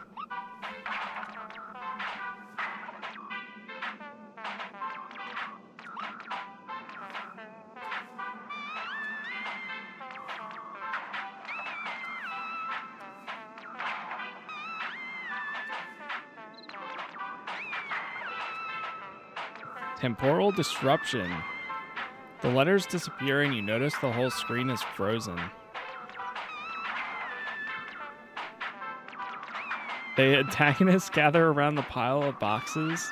Tap somewhere. Look if there's anything different on the screen. A small timer at the edge of the screen is ticking down and it's gone. The screen comes alive for a split second. The antagonists unfreeze and continue to antagonize the pile of boxes.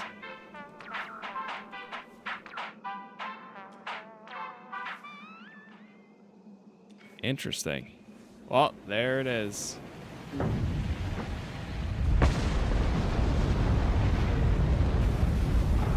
The sky. Close your eyes. The checkout. Not enough willpower. Yeah, we just gotta wake up.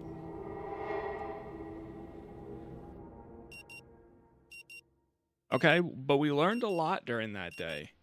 We got a lot of info. Still with me, Mr. Harrow?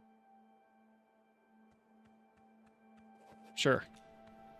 Mr. Harrow, I'm aware that you may be experiencing a slight lack of motivation right now, and we'll surely be coming back to this condition of yours later during our sessions. But for now, I just want you to acknowledge its existence and try to stay aware of it at all times, if possible. I'll try. That's good to hear. Now, in order to keep us focused, I always limit the session length to exactly 1 hour, hence the alarm. However, since this is your first session, I'll allow a few questions, if there's anything. Nope. Sorry, I have to go now. Give me my coffee, you jerk! Do we have the... Wait, where's the idea that we're on a reality show? Oh, that's right here. Shoot. Oh, no, I don't even have enough willpower anyways. Spit it out already! Maybe I can help? Sure. Press all the buttons. Insert a coin. There you go. Oh, what? Nice! I don't know how you figured it out, but thank you so much. Hey, no problem. Here. To strangers fixing machines. 3 inspiration Speaking points. of strangers, I'm Riley. Riley, nice to meet you too. So, first session? Are you spying on me? What? No. It's just that I've never seen you before, so I figured it might be your first time. How'd you know I'm here for therapy? Ah, that. Well, I saw you exit Dr. Fink's room. So, how was it? Well, I've been told it's for my own good, so... I'm sorry it happened. On the other hand, I'm kind of glad it did. Otherwise, you wouldn't be here in the middle of nowhere. What'd you do?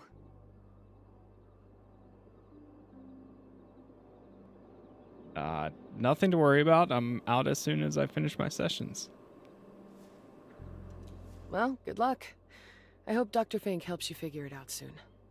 What if I'm beyond help? What if this is my destiny? No one is beyond help. Something can always be done, even if it's a little thing. Not that I have any personal experience with therapy. I only ever go during our mandatory assessments. My brother, though, he used to visit Dr. Fink daily for quite some time. And trust me, I saw him getting better and better as the months went by. Until he quit. Why'd he quit?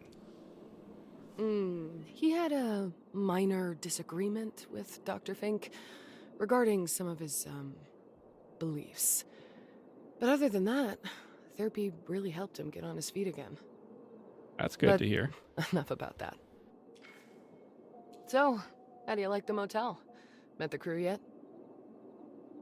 I'm just robbing the receptionist. There's also Uncle Ben. He's the owner. And Robin's father. Oh. Aunt Anita was around until a year or two ago. Ben Fleming.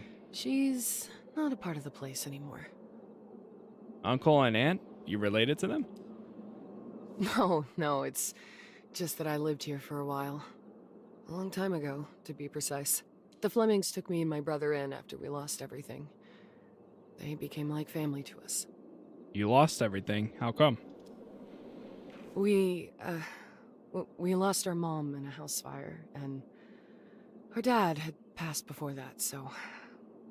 yeah. Anyway, Uncle Ben was like a father to us. Still is in some ways. He's a little quirky, Good old but Uncle Ben. he's got a good heart. Robin, too. I guess what I want to say is, you're in good hands here. I hope so. Come on, line up. Have you ever seen the sky suddenly turn red in these parts? You mean when there's a rocket launch? What? You must have heard of Coral Destiny, right? Yeah. Well, Coral Destiny operates a spaceport not too far from here. And when there's a rocket launch, you can see the whole sky ablaze with this mesmerizing red hue, like a portal to another world. Even from here, it looks amazing. And your timing couldn't be more perfect. There's a launch scheduled for tonight at 8:45. Wait. Okay. Unless... Are you going to watch it? Not this time. I have other plans. Well, this was fun and all, but gotta go. Thanks for the coffee. Wow, we got a lot of info. Holy. So it's a rocket launch that goes off at 8:47. Coral Destiny.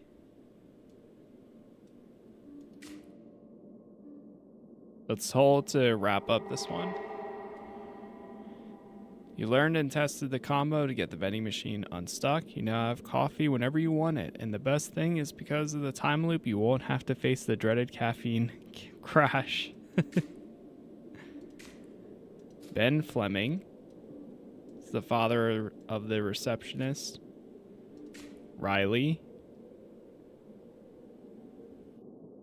Ben raised her.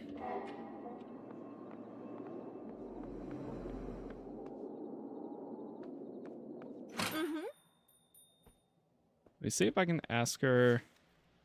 Hi, Hi, yes, my problem... Again? Rue Valley Motel, Coral Destiny Antenna. Try to get her attention once more. Success! Hey! As they say, third time's the charm. Sorry for interrupting, but I'm a bit of a hurry. Hey, listen, I have to go now. So let's yeah, we'll have to manage without it today. I know, sorry. Bye. Oh, hello, Mr. Harrow. How are you? Are you ready to check in? What's the deal with the Coral Destiny?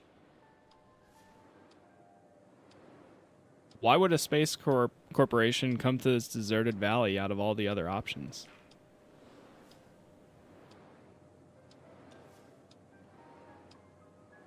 Did you finish Outer Worlds 2? Yep. Both playthroughs are up on YouTube now. But it was a great time.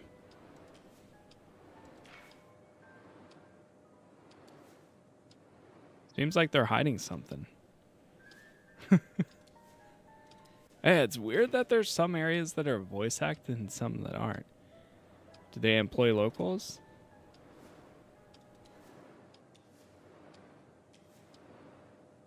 What's the name of the place? What would you have named it? The Lunar Lounge. What kind of projects are Coral Destiny working on? Jeez. I mean, I guess I understand why they didn't here. Don't we have plenty of mines right now on Earth?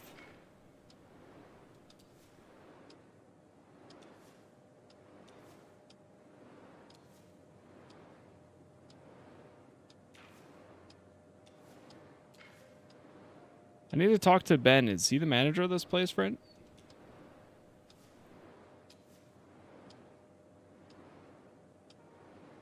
How would you want to talk to my dad? I want to discuss the possibility of a discount since I'll be staying here, well, for a long time. When will he be back? 9 o'clock? When the roadblock is over? But I'll give you his phone number. Don't worry. Let me send it to you real quick. I'm not sure if it can happen. Out of company policy, you see.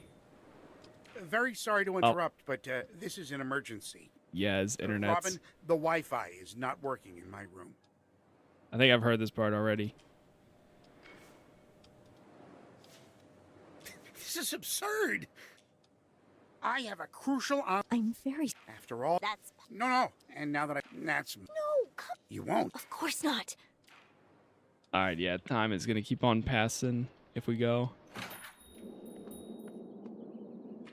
We see here.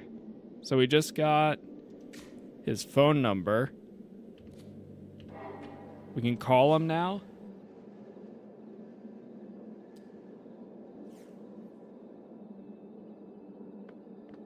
So last time we drove south, let me try driving north.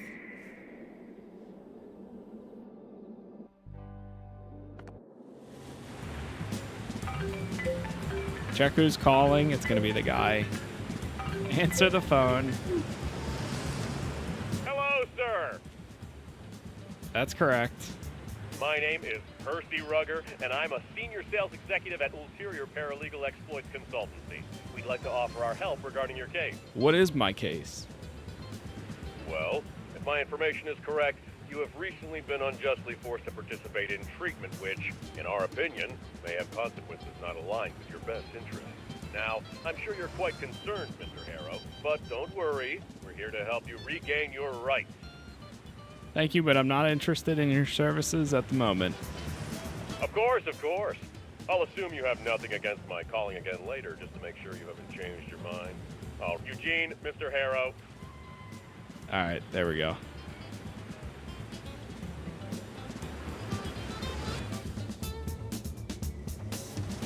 It definitely has me very interested in seeing where this goes, and it has been pretty cool so far. All right, so the roadblock is here. They mentioned you would have to go around. Oh. Walk up the edge and sit down. Wait until something interesting happens.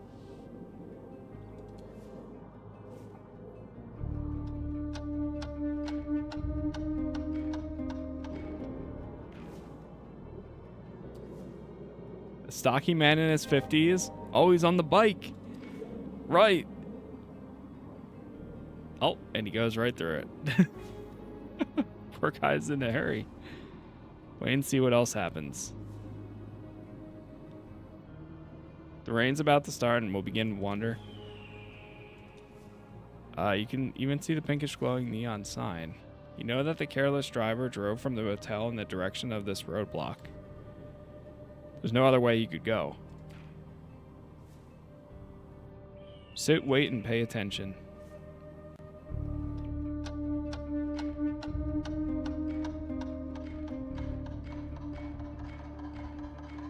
It's at like 37. It starts raining.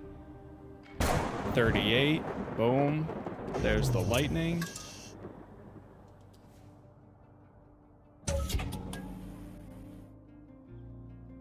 Huh. Why is he not back in his place like everything else? The careless driver. Somehow he's special.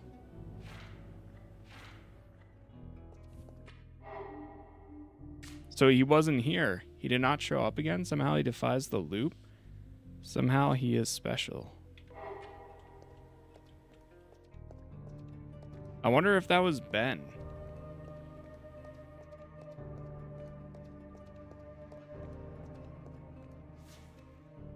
Walk the rest of the way.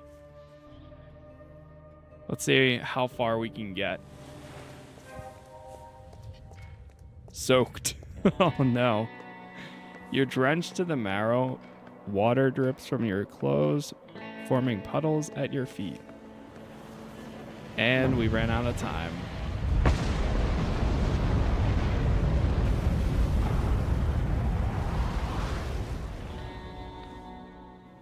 Are we gonna wake up without being soaked? I have 3 inspiration points at the moment.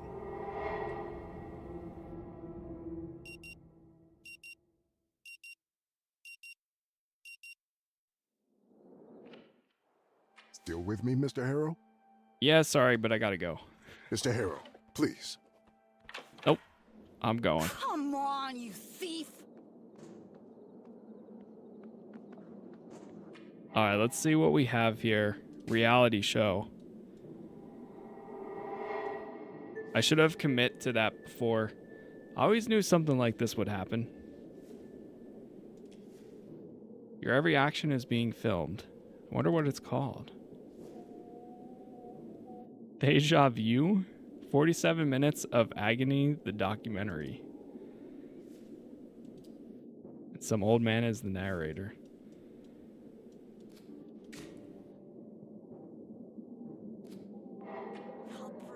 Let me try to go talk to this guy before he goes down.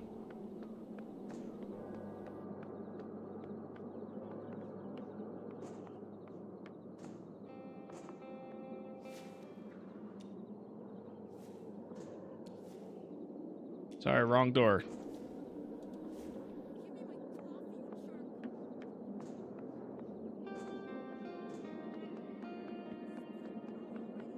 Oh, there's a bus stop right there? What's this? Inspect the illustration. I've never noticed this. Check the stage. Ballerina. Orchestra. Look at the audience.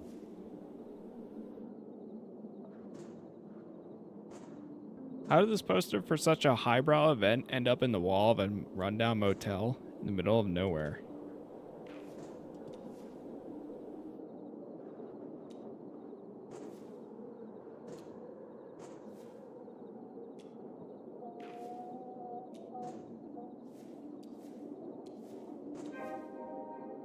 Oh, could it be like any of your strong beliefs that it turned down upside down? Interesting. I'll break you open if I have to. We got an inspiration I point from that. understand, but the text said today. You know what? Let's try giving her dad a call. Oh, wait, no. I wanted to talk to her. Social experiment. What's up, Ninja? No. Oh, hello, Mr. Harrow. How are you? Are you ready to check in? All right. Have you seen a guy wearing a red plaid shirt driving a blue tow truck? Oh, that has to be Uncle Frank. He's a family friend. You've met him? He almost killed me with his driving. Yeah, sorry. He's reckless like that. Just a few days ago, he crashed into a street lamp near the shuttle stop. But, you know, he and my dad go way back, so... I guess that's Wait, a few also why days he ago. lets him stay at the motel for free. Oh, he's staying right here? Yep, right here. In fact, he's been living here for the last 2 years. Hmm. Dad says he's a good man that fell on some hard times. I want to believe it, but I don't see it. So, why are you asking about him? I just need to talk to him.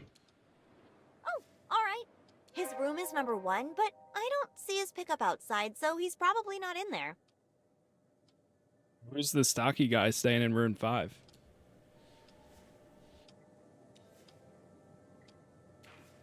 Jason Burns. The dumper. What do you think of him? Well, he's been a regular here at the motel, visiting every now and then for years now. And despite what everybody says about him, I think he's a very kind and polite person. Why is he called the dumper? Don't tell me you don't know about it. I mean, yeah, the whole thing is not so important to folks outside Rue Valley, but still. I have no idea what you're talking about. Oh, okay, wow. Let me see if I can explain. So, one day when I was like 3 or 4, people turned on their taps, and instead of clean water, this black, nasty stuff came out. Yep. Soon, it turned out that the Rue River Aquifer, the source of all our water, had been polluted. People were furious. There were protests, town meetings, lawsuits, everything. It was a huge deal. That's when Jason Burns' name came up. He previously worked for Apex Ore as some kind of waste manager, and they said he was the one responsible for all of it, that he dumped a bunch of chemicals into the ground and let them leak into the aquifer. After Whoa. that, people started calling him the dumper. It stuck. And, well, the water is still bad, so, yeah, I forgot to tell you, don't drink it. Got it. When did he arrive at the hotel? Oh, today, Motel. about an hour before you got here. Just a half an hour later, he came back down asking if I could clean, dry, and iron his shirt before 8. He said he'd do it himself, but had to leave the motel immediately because of an unexpected urgent call. There was a bloodstain on his shirt, but luckily our washing and drying machine has this super quick anti-stain setting. Super quick anti-stains program?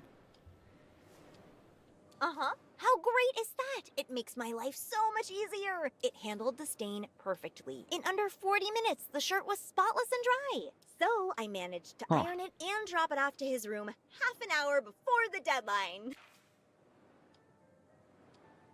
You just washed the bloodstain off? It didn't seem suspicious to you at all? Why would it be suspicious? Accidents happen and he seemed fine. Anyway, he returned and hasn't come out of his room since. Where do you think he went in the meantime?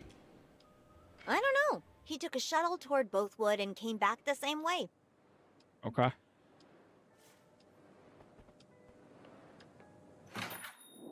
Try to go to room 1. Knock for Frank. Frank, I know you're in there.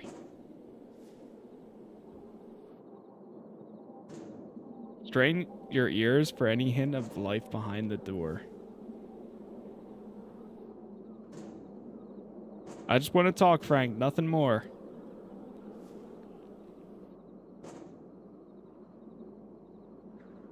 Knock on the door harder. Ignoring me won't solve nothing. Maybe he's shutting me out? Frank, cut the crap. Open the door right now. Okay, nothing. Try the doorknob. Locked. Frank. We got enter Frank's room. The receptionist loves talking about key cards. Maybe you could check with her. Reality show. Okay, so we can have multiple of these. Now, that's nice. Spit it out already. The Wi-Fi is not working here, right? Rue Valley guest and another labeled RV staff. Tap on the guest network.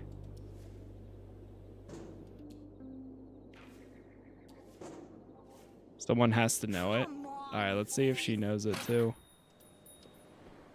Are you ready to check in now, Mr. Harrow? Okay, I'm ready to check in. All right then, let's get you into your room. So, number 6, the last one on the second floor. Everything is ready for you. Whoa. And this is your key card. A key card? That's right, a key card.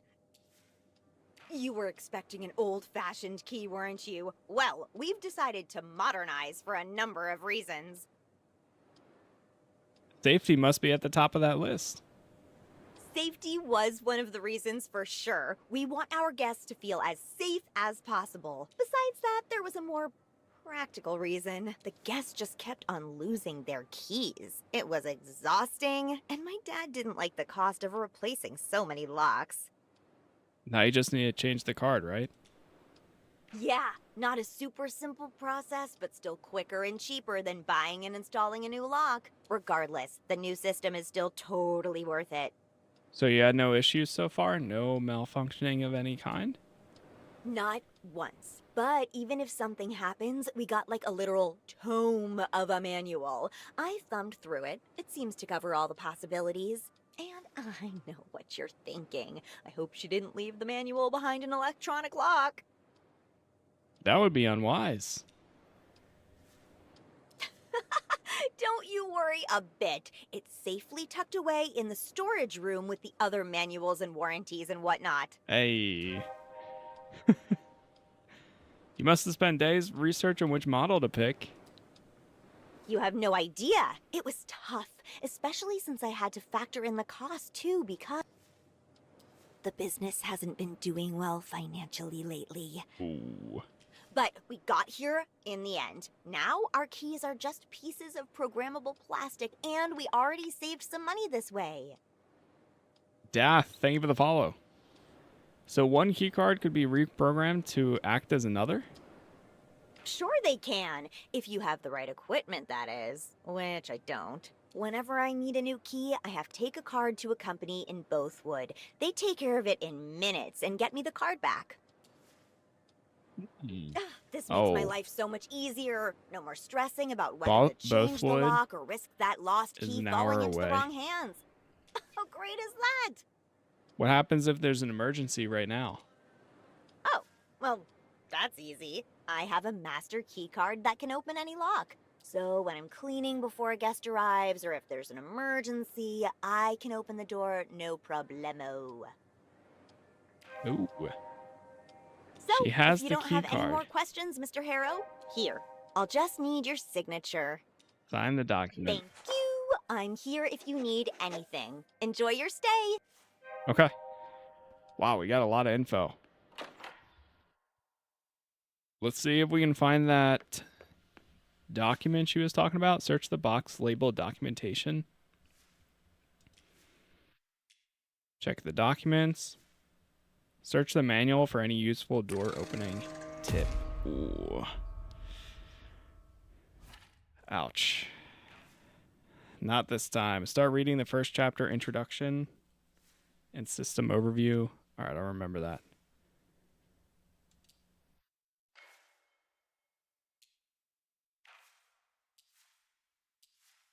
This is so much. My voice would be gone if I read all of this.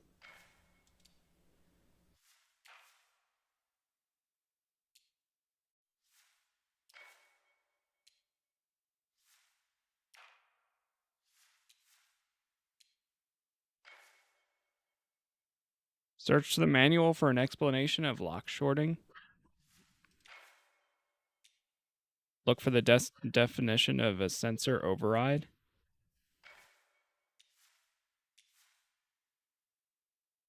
Keep it up. I got this.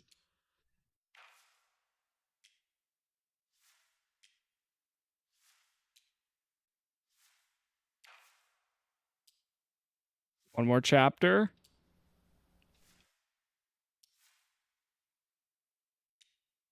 Unfortunately, it has nothing to do with opening the lock without a key card. Shove the manual back in the box and let it gather dust where it belongs. Okay. You still came up empty. Ouch.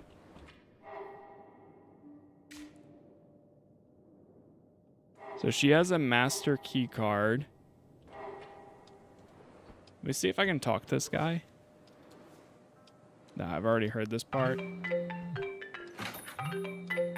Wait, sir.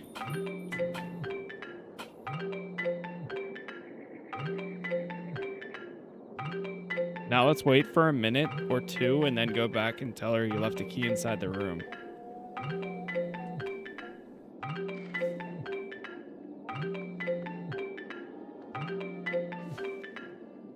Put it on silent and ignore it.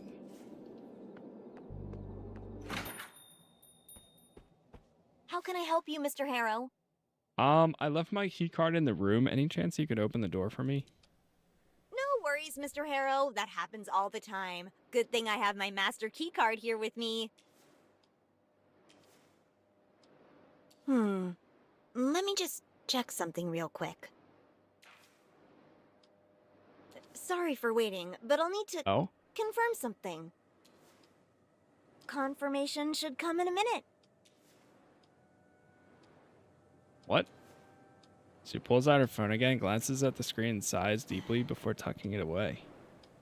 Listen, I'm really sorry, but we'll have to wait for my father to return. Okay, when will that be? As soon as the roadblock is gone, that is around 9, he'll be here. Until then, just have a seat and relax. Persuade her to open the door right now. Failed. Nah. Yeah.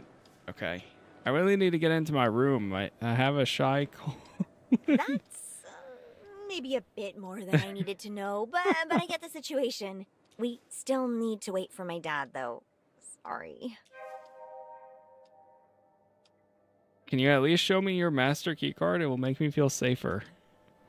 Mr. Harrow? No! Now, is there anything else I can do for you while we wait? Hey, quick question about the Wi-Fi.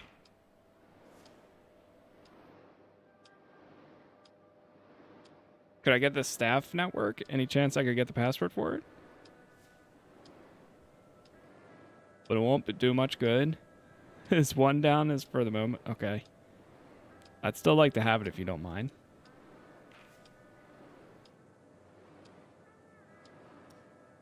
RV staff 1 2 3 4 5 6 7 8. Got it. Thanks.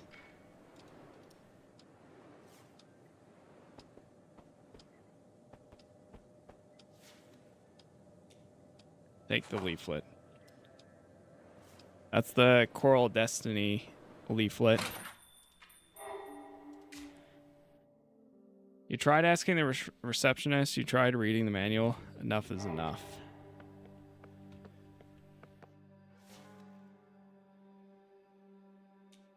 Enter the staff's password. It connects without protest. But once again, nothing. There's probably a way to... Hold on, can we sit here? Oh, we can.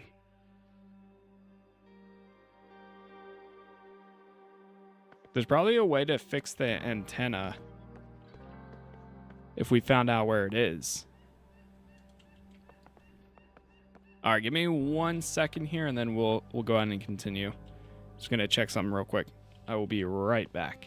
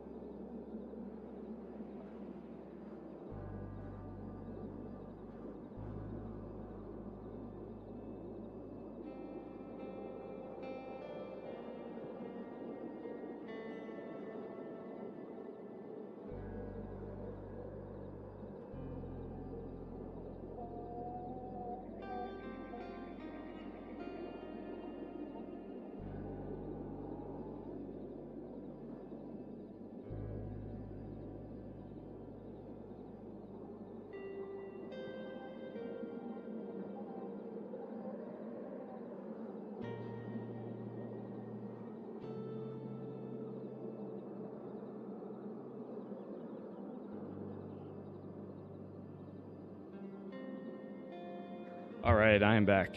Sam, thank you for the gift, sir. Appreciate it. Luckily, time doesn't move.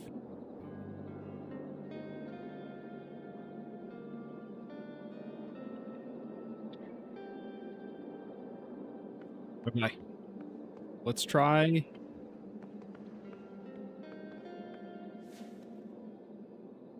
Let's drive south.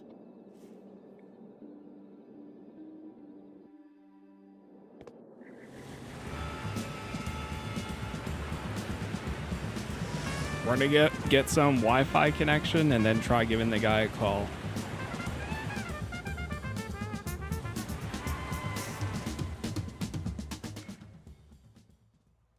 Or maybe even go inside here and ask about the security cameras. Oh, who's that? There's no way. You must have misclicked or something. I didn't. Look, it says 8 p.m. right there. Go back a little. Maybe we missed something. Okay, let's go back. Battered tow truck and a man working on a pristine luxury sedan appears on the screen. It's Why this did I careless see- driver. All right. Unbelievable. 8. Oh my. My brother's nuts. I can't believe he hacked the security camera. Wait, that's her Why brother? would he do that? I don't know, but I bet he wasn't really even there before 8. So you think I imagined it? I know what I saw. No, I'm just saying, Frank didn't just vanish into thin air. There's gotta be a rational explanation. Well, I don't have one, but I know what I saw with my own eyes. Maybe the footage skipped into another date or something. Let's rewind a bit more just to be sure. Well, it's say 8th of August, 2027 right there in the corner, but let's try. Look, 7:41, and that mirror right there as I remember it. I stepped out for some air, asked Frank how he's doing. Around 7:25, Jason Burns briefly appears in the frame walking out of the gas station Wait, in who's that? reverse. Just a rando customer dropped by to ask something. No idea who he is. Oh, all right. You look kind of familiar, but I must have mistaken him for someone. Well, anyway, I don't get it. Frank couldn't have just sunk into the ground. I'm telling you, something strange is going on here. You know, my dad has been disappearing from our house lately. What, Walter too? Well, not like this. He just somehow escapes the house while I'm at work. That's insane. Doesn't it freak you out? Well, he usually comes back on his own, but he never tells me where he's been. And I'm bloody worried something might happen. He's 86 after all. Oh, well, of course you're worried. That's crazy. Yep, he's done it again today. I asked Alex to look for him, but he's too busy with his project to leave the house. So as soon as that roadblock is down, I'm gonna close here and go look for him. But how does he exit the house on his own? I don't know. We got a fancy new door. We Where's boarded up Walter? the windows, but it doesn't help. Pops has a So many secret way of just memories. disappearing. Don't get me started on Alex and his theories. Yeah, I know. But Frank disappearing like this? Even Alex would be dumbfounded. Come on, it's not some paranormal thing. Frank's messing with us. I'm sure he's swapped the footage or something. Even if he swapped the footage, how do you explain he's there at 7:59 and gone at 8? I don't know, but it's the only thing that makes sense. I've known him all my life. He's up to something. Keep Brother's listening. right. Always pulling something. Yeah, no kidding. You never know what you're gonna get with him. And somehow they always manage to get away with everything. Tell me about it. They drive you crazy, but you can't help but care about them. Right. You try to look out for them, but they never listen. Yet I they love how they expect you to don't be there question when me. things fall apart. True. To be fair, Frank was there for me for 7 long years after Mom died, while we were living at the motel. I was a difficult teenager, let me tell you, so you have to give him that. But ever since... Yeah, it changed him. You know, he's a good mechanic, but lately it's been a pain working with him. There's no such changes with Alex. He's been the same old lunatic he's ever been. A few more wrinkles, a little less hair. That's the only changes I see in him. Well, consistency does count for something, even if it's consistently... chaotic. I don't think Alex could be anything else, even if he wanted to. As you said, brothers. Well, family is family. Maybe it's on us to figure out how to accept them for who they are. Yeah, I don't know about that. When someone crosses my lines, I, cut them off. Maybe that attitude is why a hot girl like you don't have a boyfriend. It's definitely not that, trust me. Oh. Oh, come on, take the compliment. I'm 9 years older. I wouldn't complain about being called a girl. So, what's the reason then? I just haven't really been looking for a boyfriend. What about you? Anyone special? Whew, I wish. If only I could have found someone decent and respectable. Pops would be so proud. Hey, did you ever look back on something you did and wonder if you were wrong? Even though you thought it was the right choice at the time? Well, I keep asking myself if I made a mistake every day since I quit. No, not like that. I mean, something bigger. Bigger than uprooting your entire life? I don't know. Feels like I'm already free-falling as it is. I mean... You got a lot going on here. Something you'd rather people never know about, even if you had good reasons. Yeah. Sometimes it feels like the truth does more harm than good, but keeping it quiet for too long, that's tough. Or at least for me. Maybe that's why I'm running now. Feels like freedom, leaving it all behind, but sometimes I wonder if I'm just avoiding facing some things head on.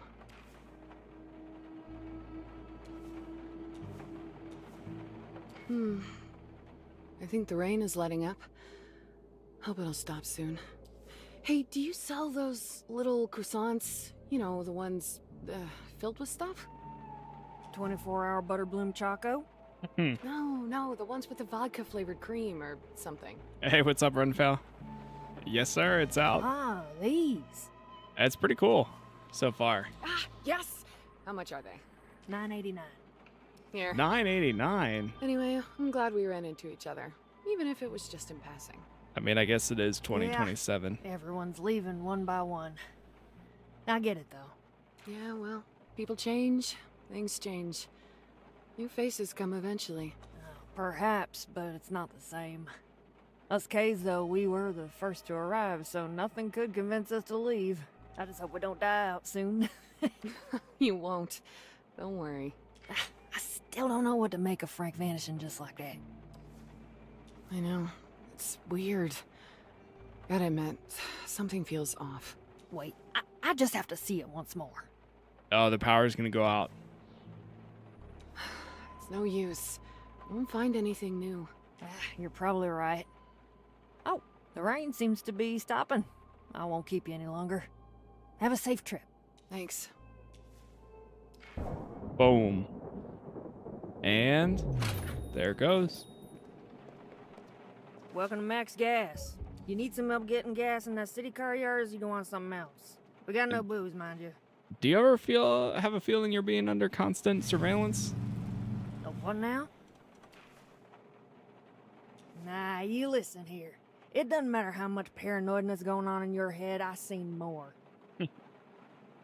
And no matter how much I don't care about all that, fortunately for Alexia, there ain't no way in hell anyone can hack into these cameras. They're connected to this here machine. Through a special secured router completely separated from the internet and protected by firewalls and some other technical mumbo-jumbo. Courtesy of my brothers and sister. Slows down as if she could catch her Only breath. surveillance here is done by myself on this there little screen.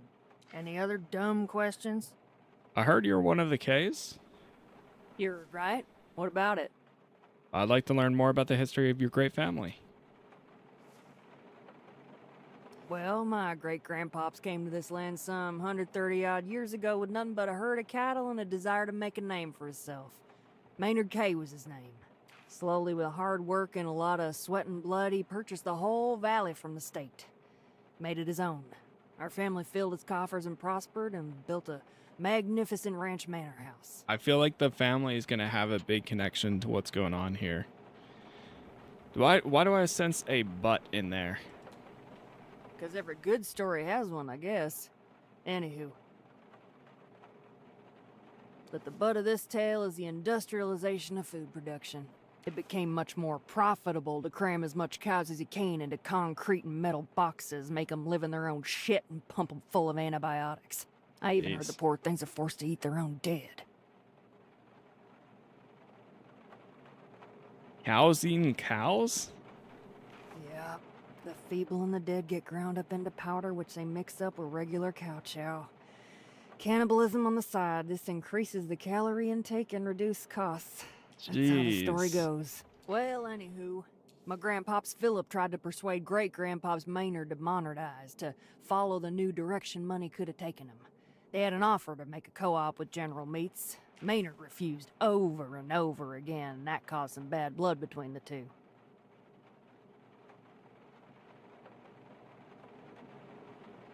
He must have loved his cows. You're a strange one, ain't you? I guess great-grandpops did feel for his livestock. Stories say he went out of his way to provide for them, but they were a resource nonetheless, not pets. Nope, Maynard refused because herding was the only thing he knew how to do. And he was damn good at it. For him, 'twas a way to live, not just work. So, Kays kept on doing as Kays ever did, herding through the whole valley. But the industrials were making more cheap meat over flooding the market, and eventually that choked the family business dead. And as his business was dying, Maynard died. I'm just grateful he bit the dust before all he built with his own 2 hands fell to nothing. He died all of a sudden? Yep, all of a sudden. Don't get me wrong, he was 80-something, but still vital, still kicking, still riding through the valley till his last day. Philip always claimed the old man died out of spite, but I think he died from a broken heart. Still, he tried to rally the family, to industrialize, but it was too little too late. We were cornered out of the Gray City market by then. So, with no source of income, the family was forced to declare bankruptcy and sell the land back to the state at dirt cheap prices. And that was the end of us. Within 1 generation, rise and fall of the House of K.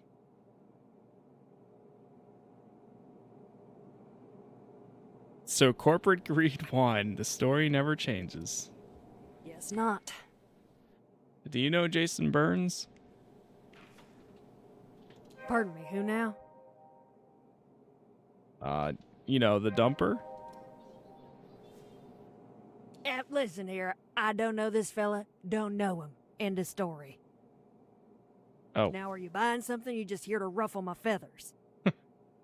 I'll take one of those croissant filled with vodka. Not any dime. Wow. Pretend you're just looking around. Okay, wow, we got a lot of more info there. Maybe I still have time to call the guy. CCTV footage from the gas station shows him vanishing at exactly 8 p.m. It actually makes sense. He might have been there in the first loop, but not in any other. He's a mechanic at the gas station. He was there today, but mysteriously disappeared. Where's Walter? That's Frank. He asked Maxine about him, and her reaction is obvious, hiding something. Reality show. Okay, we've got a lot of info.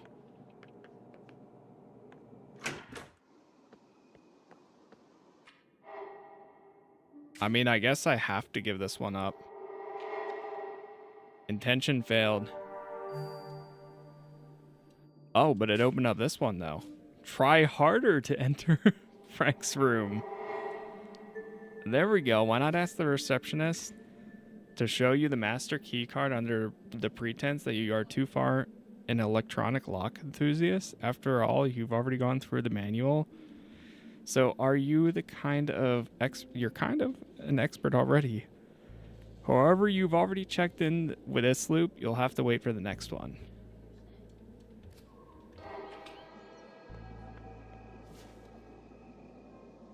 Where's Walter? Report Walter's disappearance to the police. I want to report a missing person. Right.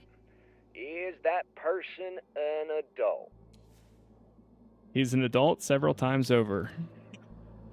Sir, these are important matters. Just leave your jokes inside your head. So, right here, adult. Has it been more than 24 hours? Yes. Roger that, sir. So, right here. Alright, what's the missing person's name? Walter K. Cousin Walt's missing? Again? Yeah. Cousin Walt's prone to going MIA. He gone done it like half dozen times. But every time he just shows up. So, we used to get calls from Maxine, but I reckon she gave up after a while. Wait a moment. Who am I talking to? Who's doing the reporting? Eugene Harrow. Eugene Harrow.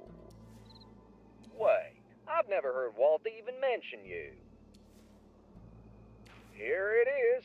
One Eugene Harrow, resident of Greater Gray City, MP. What the hell you doing out here, pal? What do you have to do with Cousin Walt? I'm just a concerned citizen. I just want him to be found.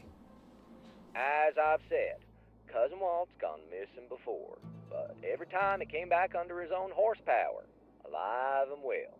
But I'll do you a solid and file this missing person report. Thank you. Only doing what we're here for. This man won't lift a finger. Okay. Love the voice acting. Yeah, the acting is great so far. I wish that there was a narrator for a lot of these conversations and stuff, because there's moments that there's a lot going on. But yeah.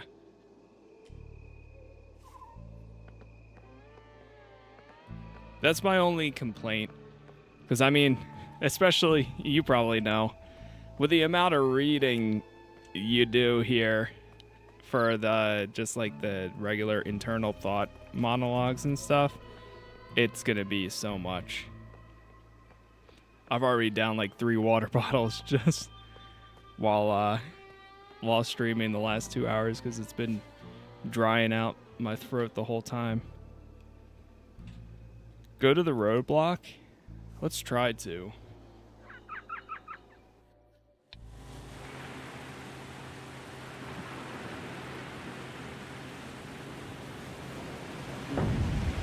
Oh, never mind. We're not going to make it.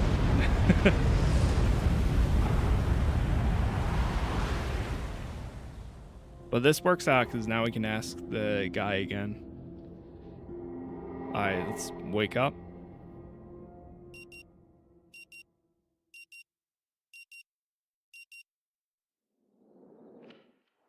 Still with me, Mr. Harrow?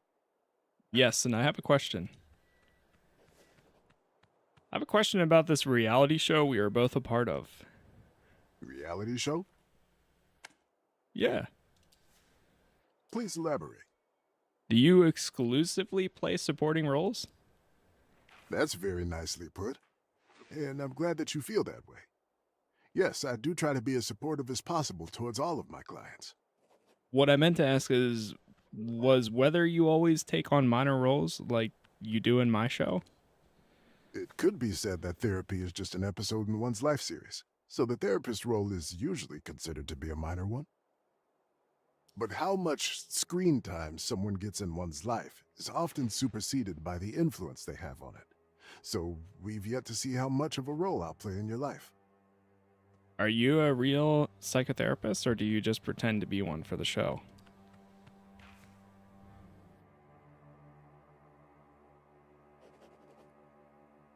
One sec, chat. Mr. Harrow, I assure you that I am a licensed psychotherapist with all the necessary education, supervision, and experience to do this job. If my word is not good enough, the evidence surrounds you. I know that sometimes it's easier to deal with situations like this by questioning everything, including my capabilities. However, I assure you, I'm capable of helping you with your troubles, and together we can work on improving your life together. Now, I have a question for you. Why are you all of a sudden focused on this life is a show metaphor? Because I figured everything out and I insist on getting the answers. I don't follow. The answers to what questions? How much time really elapses between me being knocked out and the moment I find myself waking up again on the couch? You simply got lost in thought, Mr. Harrow, for no longer than a minute. It's not a big deal. You've been going through a lot lately. Where are all the hidden cameras? Please, calm down. You're overwhelmed by stress and are not thinking clearly. We better stop here and continue tomorrow. You should go and check in at the office. Your room is probably ready by now. This is ridiculous.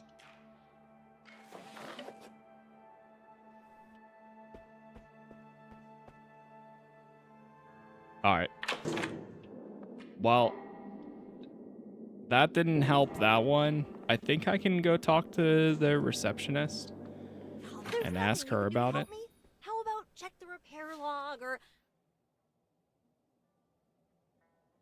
a supervisor? I'd like a word with you if it's not a problem. Oh, hello, Mr. Harrow. How are you? Are you ready to check in? Yeah, I'm ready to check in. All right then, let's get you into your room. So, number 6, the last one on the second floor. Everything is ready for you. And this is your key card. Believe it or not, I'm actually kind of an electronic locks enthusiast. Really? Oh, so that's why you didn't even flinch when you got a key card instead of an old-fashioned key. Exactly. As a fellow electro-lock connoisseur, you can probably guess why we ditched the old locks. Of course.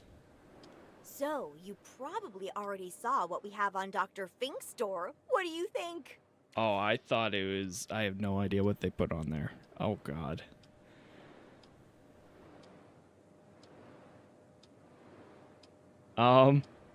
It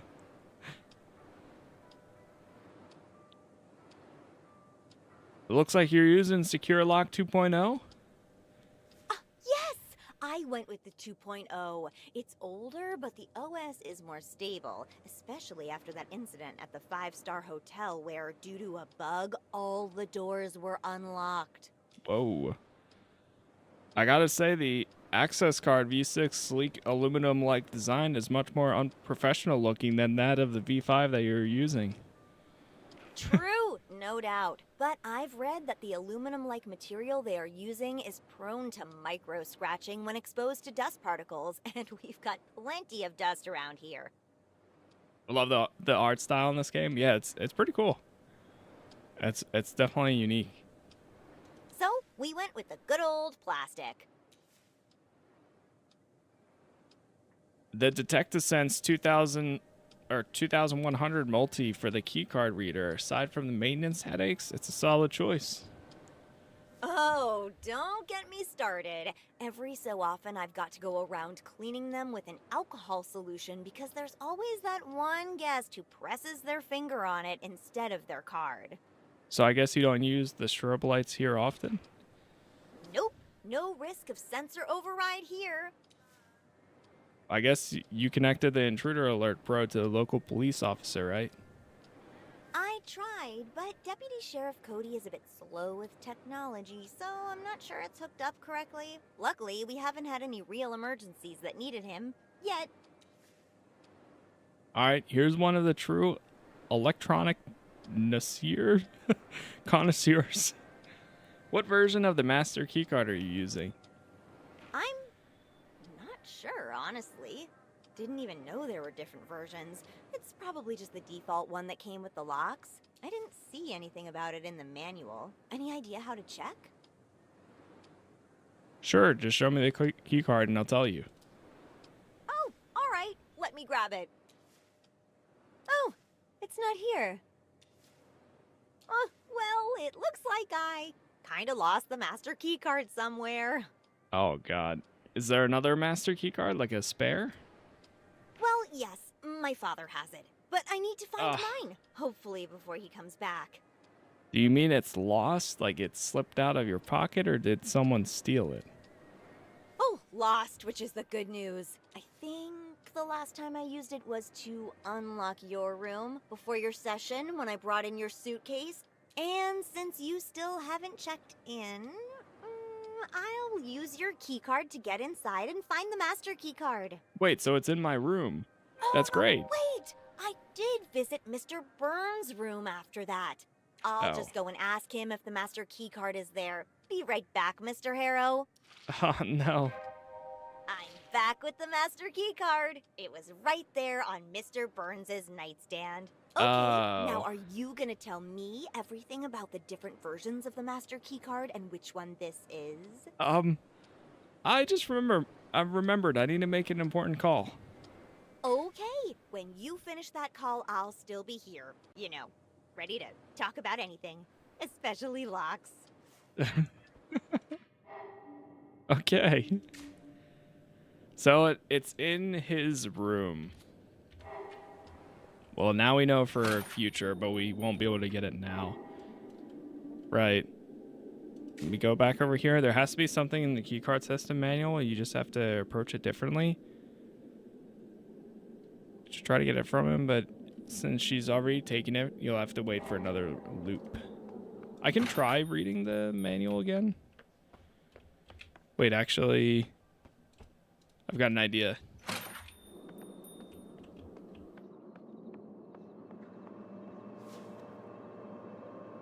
Make yourself some coffee.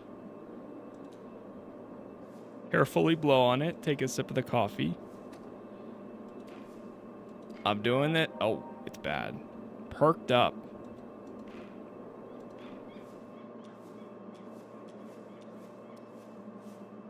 Okay. What do we have? Calculated and sensitive. So I'm going to try going to this.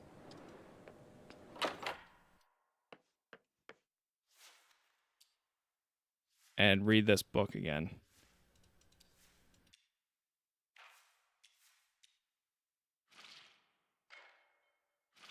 Just read it. The answer isn't in the words, but in the space between them. The truth is a melody echoing softly beneath the surface of these dense pages.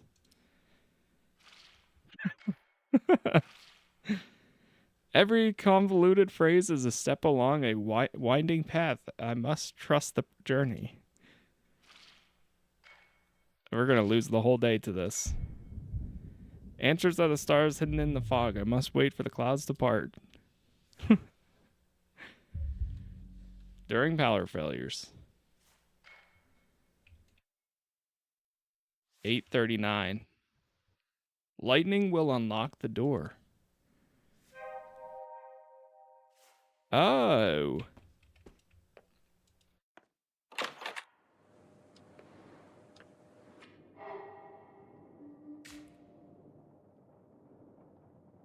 Doors are supposed to automatically unlock during power outages, like the ones that happen after the loudest thunder. You could wait for it to happen in front of Frank's door and try to get in.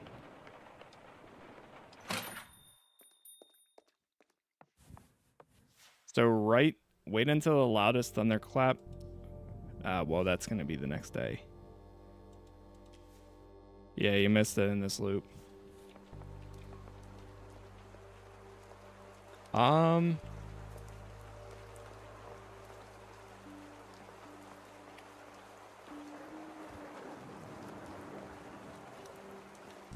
Can I ask her about? Let me try talking to her one more time. Are you ready to check in now, Mr. Harrow?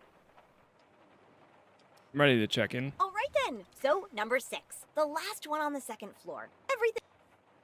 Oh, I see. Actually, what? So yes, we. How great is that? So yeah, it's great. Thank Sign you. the document. Thank you. Can I ask her How can I about help you, anything Mr. else? Harrow? No. I couldn't call the one guy. I don't know what I'm missing for that one. Like, we got her father's number.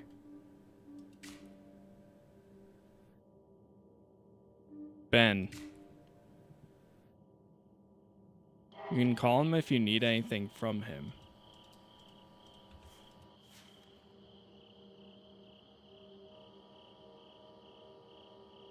Alright, we'll just play this until the loop ends.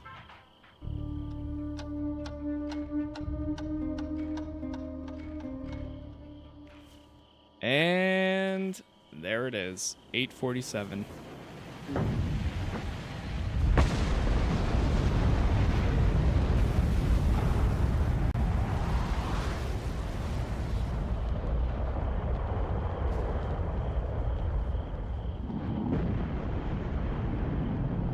Good old fire in the sky.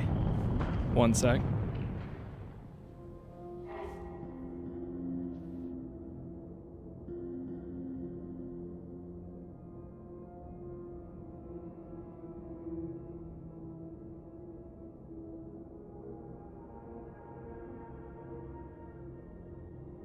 All right, let's wake up.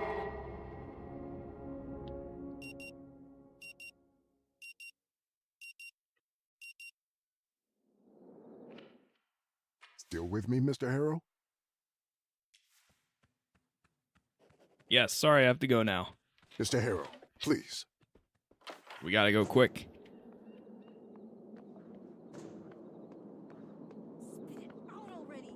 Hold on, before we go, can I ask about the reality show?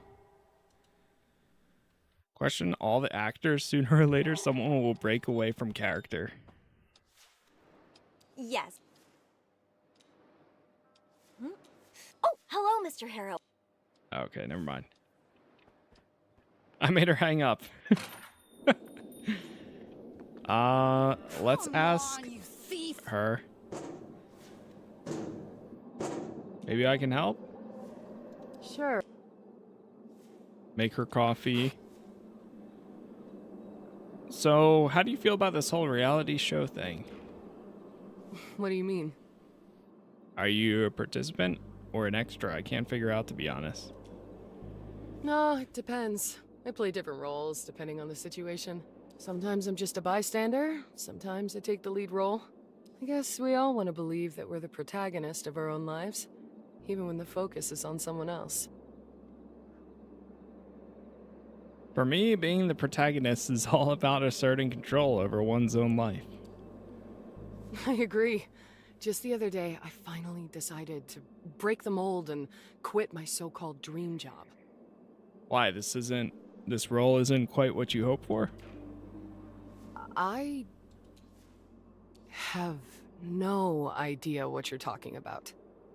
Are you forbidden to change your routine? Wait, are you serious about the whole reality show thing? Not really, I'm sorry. I just happen to have a quirky sense of humor. Ah.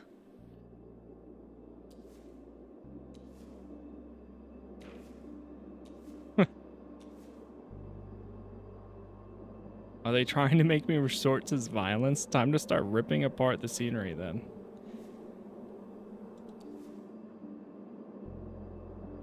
So I have to stop being me?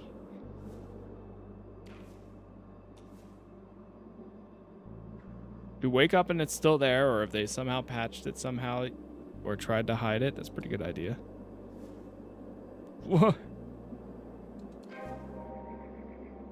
Minor bodily alteration.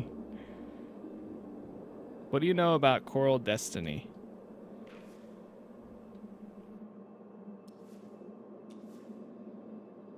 Oh, she works there. So what'd you do there? An engineer. What's the company's name? Or what's with the company's name? Mars is our destiny. If we want to survive and thrive as a species, it's our first stepping stone to colonizing the whole solar system.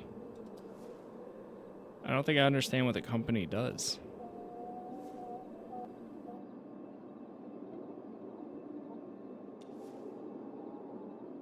So why don't you work there anymore?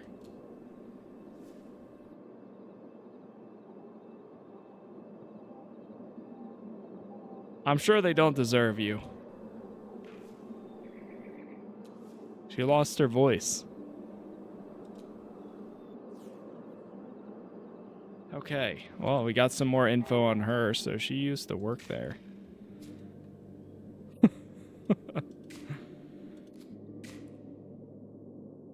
Hold to commit. We need more willpower to do that one. Okay, let me try to go up to this guy's room. Quick, before he comes down and asks to get the thing.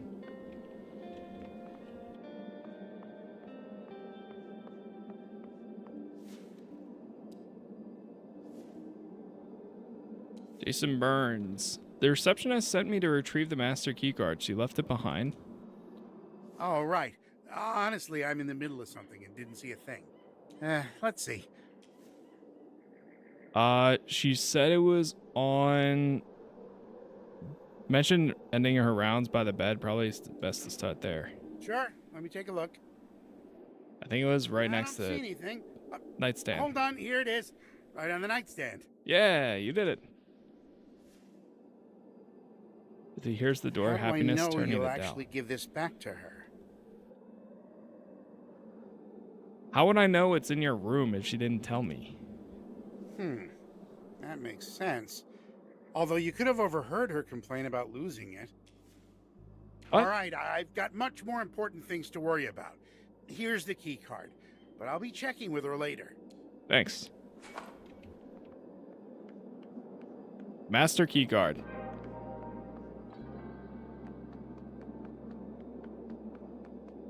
All right, let's get into the room here. Use the master keycard to open the door. Nice. Search Frank's room. Do all of them have this? Lights out by 11. Free Wi-Fi for all registered guests.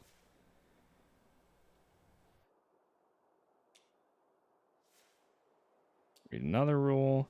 Okay, I can't get out of here.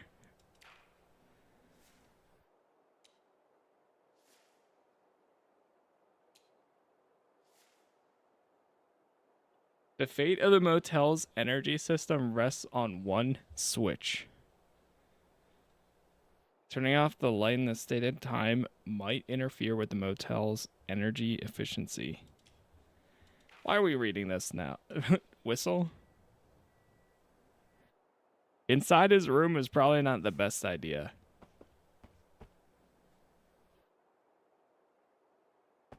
Oh. Oh, there's a paper. Royal Destiny, these guys again.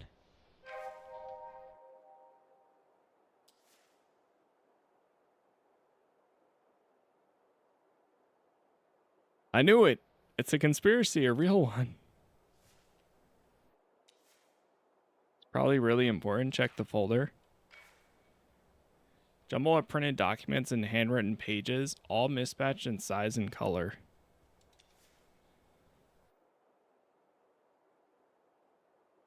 Go through the pages as they are now. Let's see.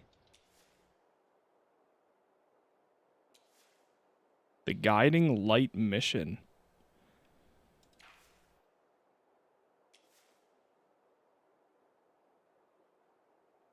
Guiding Light Mission? That sounds like a top secret project.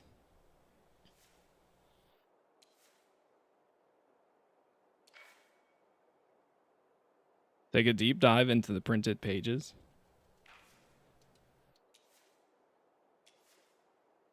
Turns out he's not just a careless driver after all. There's actually a brain behind it.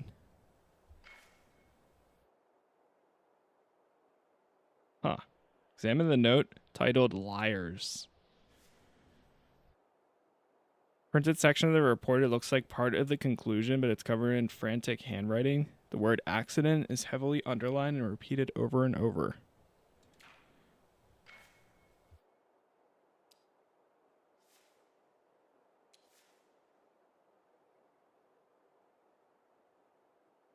He used this to clear his head.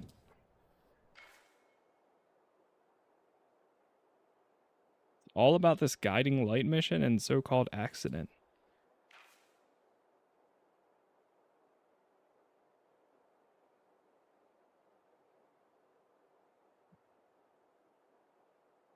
I remember everything. It doesn't ring a bell because it was hidden.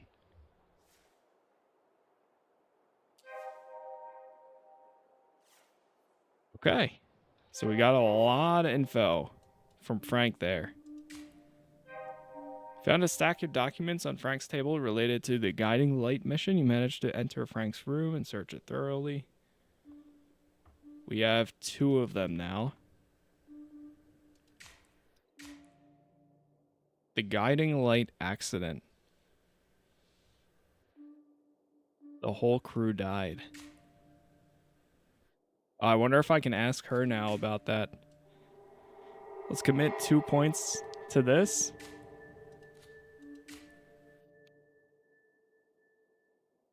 Best to do that away from prying eyes. In your room, for example, you did bring a razor, didn't you? Search Frank's room. He dropped something here, a phone to be exact. I'm taking the phone. Frank's phone.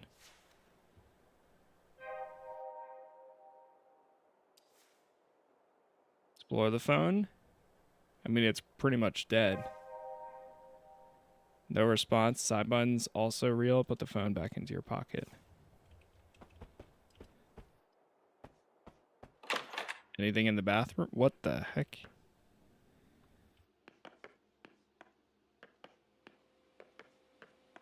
A bit of a mess in there.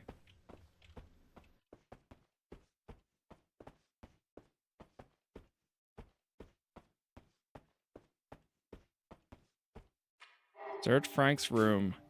Oh, this one's wrapped up.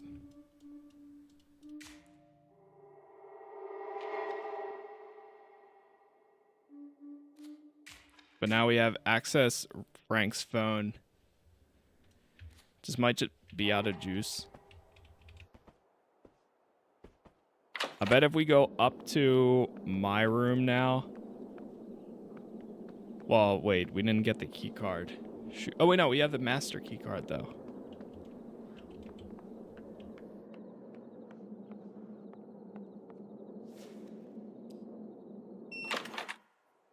Yeah, won't matter.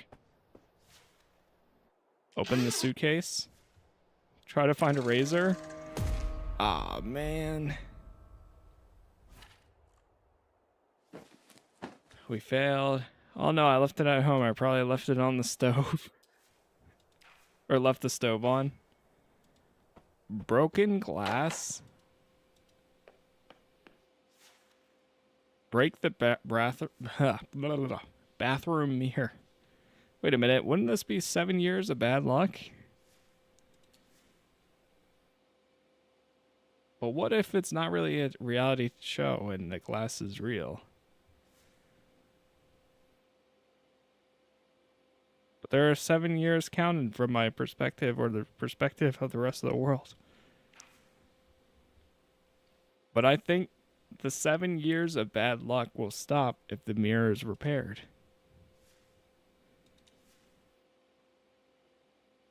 But is the magic of the loop stronger than the magic of the superstition? Alright, break the mirror.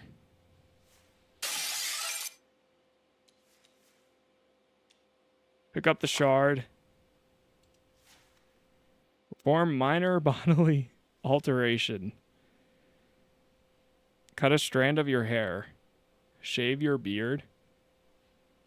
Let's make sure there are no interruptions. Put the chair up against the door.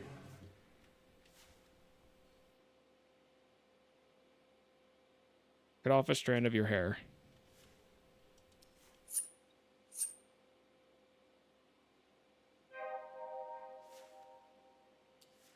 Okay. It is invisible, but it's annoying.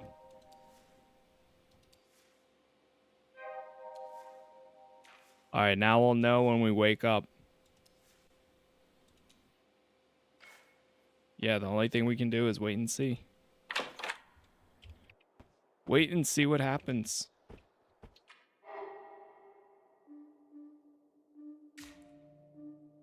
Hold to wrap up.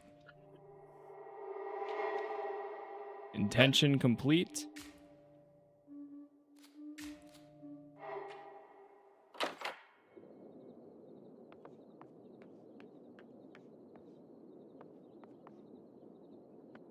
Go back down here. The cable there is definitely going to be used for something. What? I'm not sure yet, but...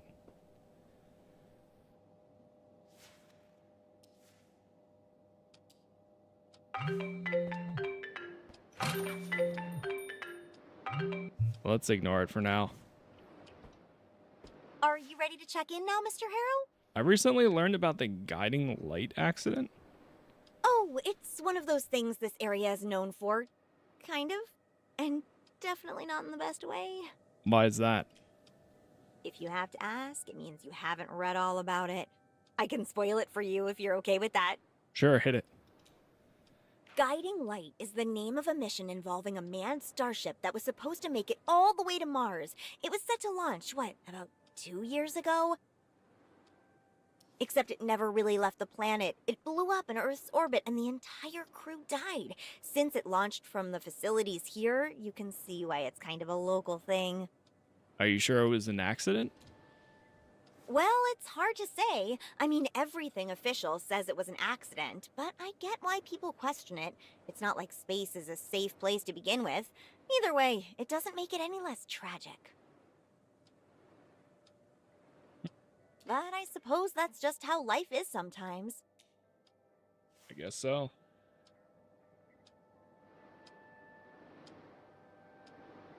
See what we have here.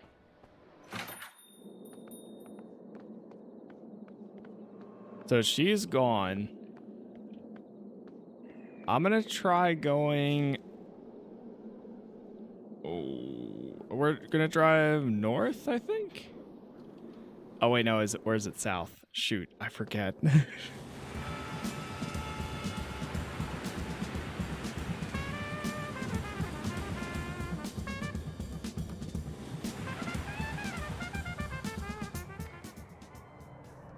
Okay, yes, it was this way.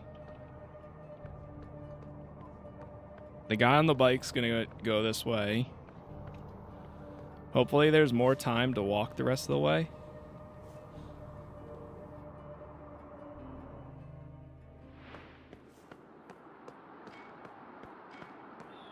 Oh, is there a car coming?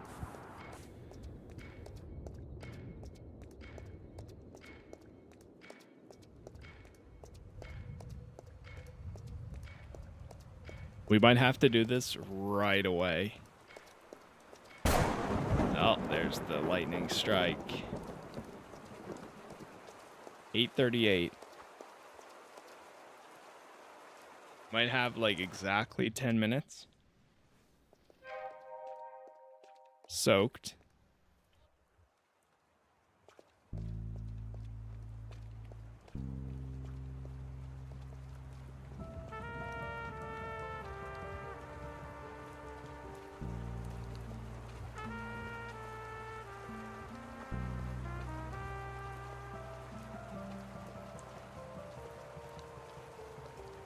Huh.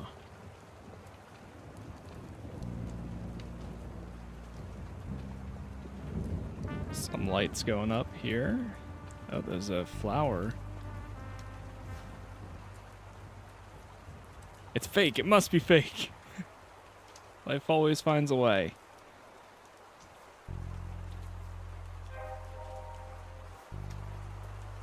Inspiration 1.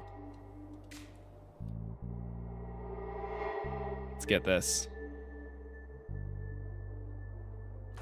Okay, I thought we... yeah, I figured we probably packed one or something. Whose car is this? Inspect the car.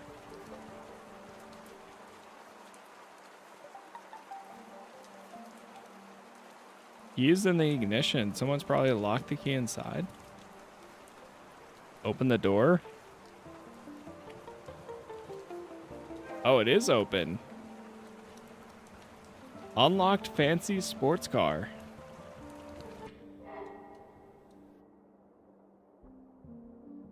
That's its own thing.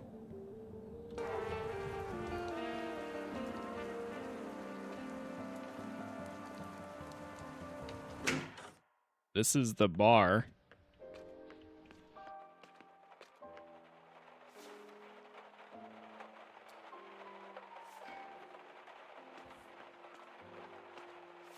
We have over here.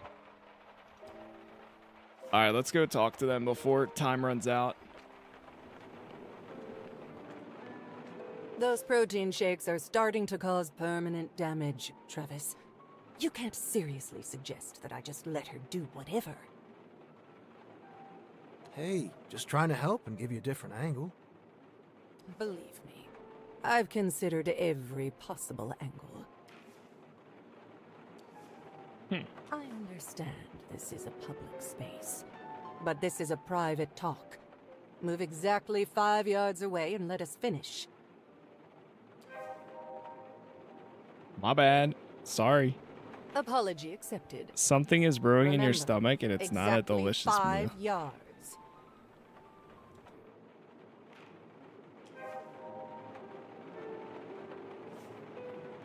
A new memory. There's your top hat. Controlling lady with a big hat. Welcome back, Ninja.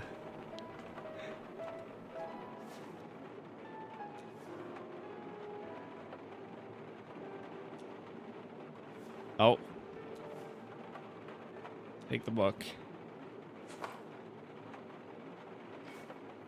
Lilith revealed. Staff only locked.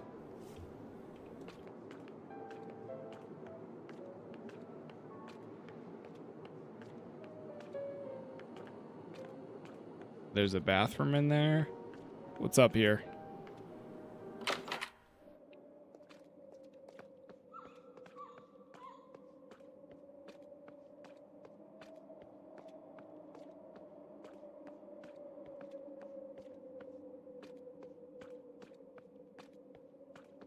Sounded like a dog out there.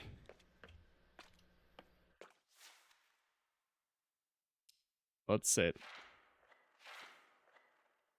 Wait until something interesting happens.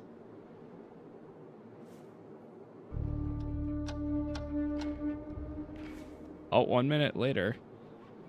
Oh, what the? That guy just ran in. As she heads up the stairs, Jason Burns, completely drenched, appears in the entrance. 4 more minutes until the sky sets ablaze. It's unlikely something else is worthy of note will happen before then.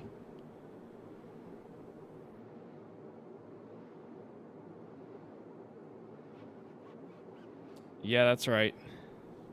Use the 4 minutes. Hey, welcome to Kiper Belt.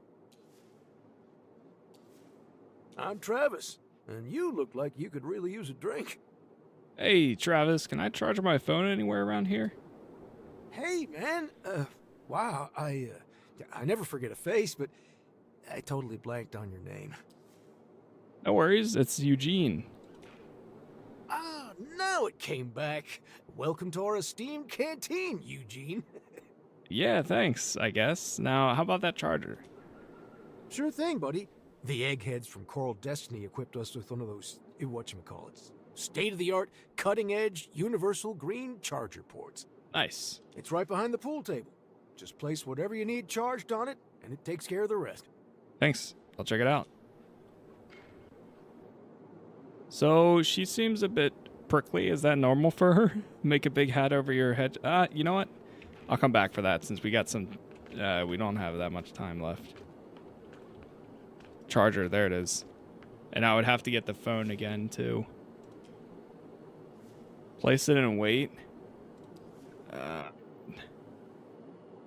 So I should start charging at the earliest possible moment? Exactly. I'll come back when the loop resets.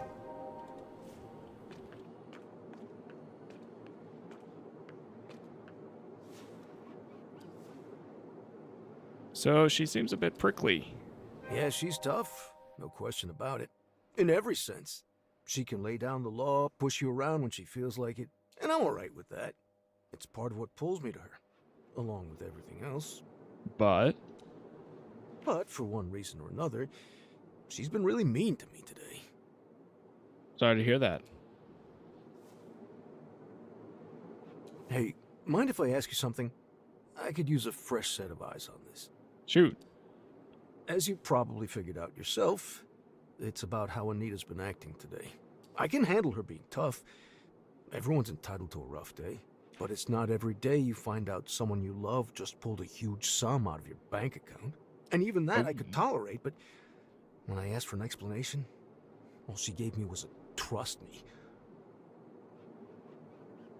And you don't trust her because what exactly? It's not that I don't trust her, it's just that's not like her. It's out of character. So what do you think of this whole mess? Any ideas?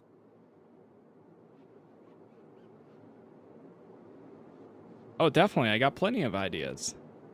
That's great to hear, because I'm confused and could really use the help. What do you think is happening with Anita? And don't hold back. I could take a punch. Maybe she's planning to start her own business to be fully independent? Considering how much she's put into Kiper Belt, I seriously doubt it. You don't throw yourself into something like that if you're going to bail. Not saying it's impossible, just not very likely. Still, with what I know, that's as good an idea as any. There's only one way to be sure what's going on. Confront her? Yeah. You're right.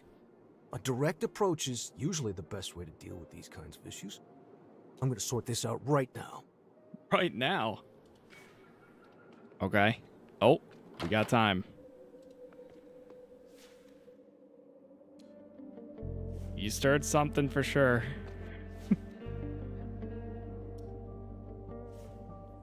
Oh, there might not be time.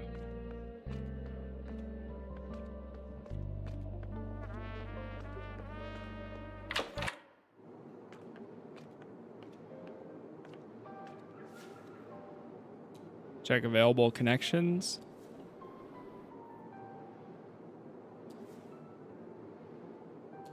Look around.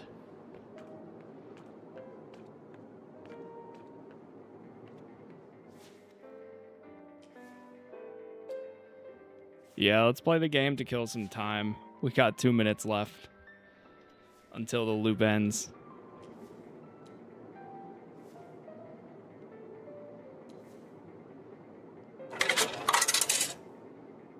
Helicopter. I'll wing it. I'll improvise. 3, 2, 1. Go.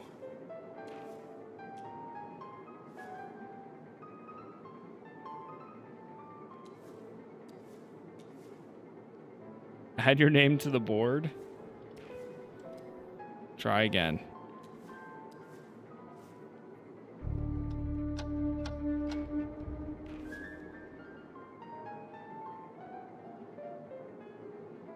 Okay.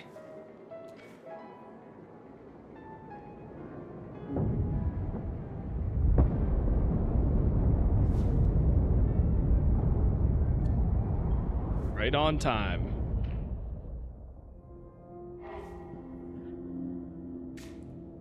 We need 6 in order to recall that, which is still interesting. Which I could save for that one, but that's okay.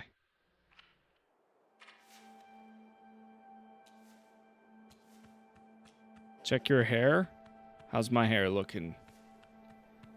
The lock of hair you cut off is there.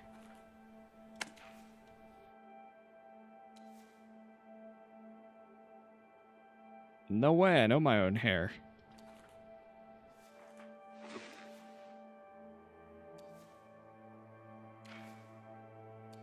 He lost his voice. Slump into the couch even deeper. Alright, see you tomorrow.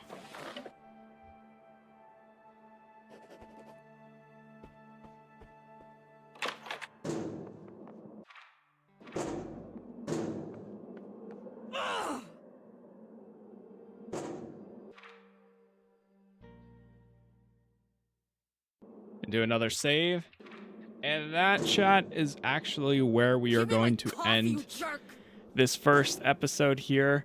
This game is pretty cool, and I'm curious to see how long it ends up going. I'm really not sure how long of a game it is, but either way, we're going to be continuing it. I think I'm going to chill the rest of tonight, and then I'll be back tomorrow morning to make some more progress, and then we'll take the week from there. So thank you all for hanging out. Thank you for chatting. If you enjoyed this, leaving likes on YouTube does help out a ton. I appreciate all the support there. We're almost at 40K subs, so if you want to help out there too, there you go. But otherwise, every other platform is Casas Plays as well. That is it for me. Again, thank you for being here. Thank you for watching, and hopefully I will see you in the next one. Peace.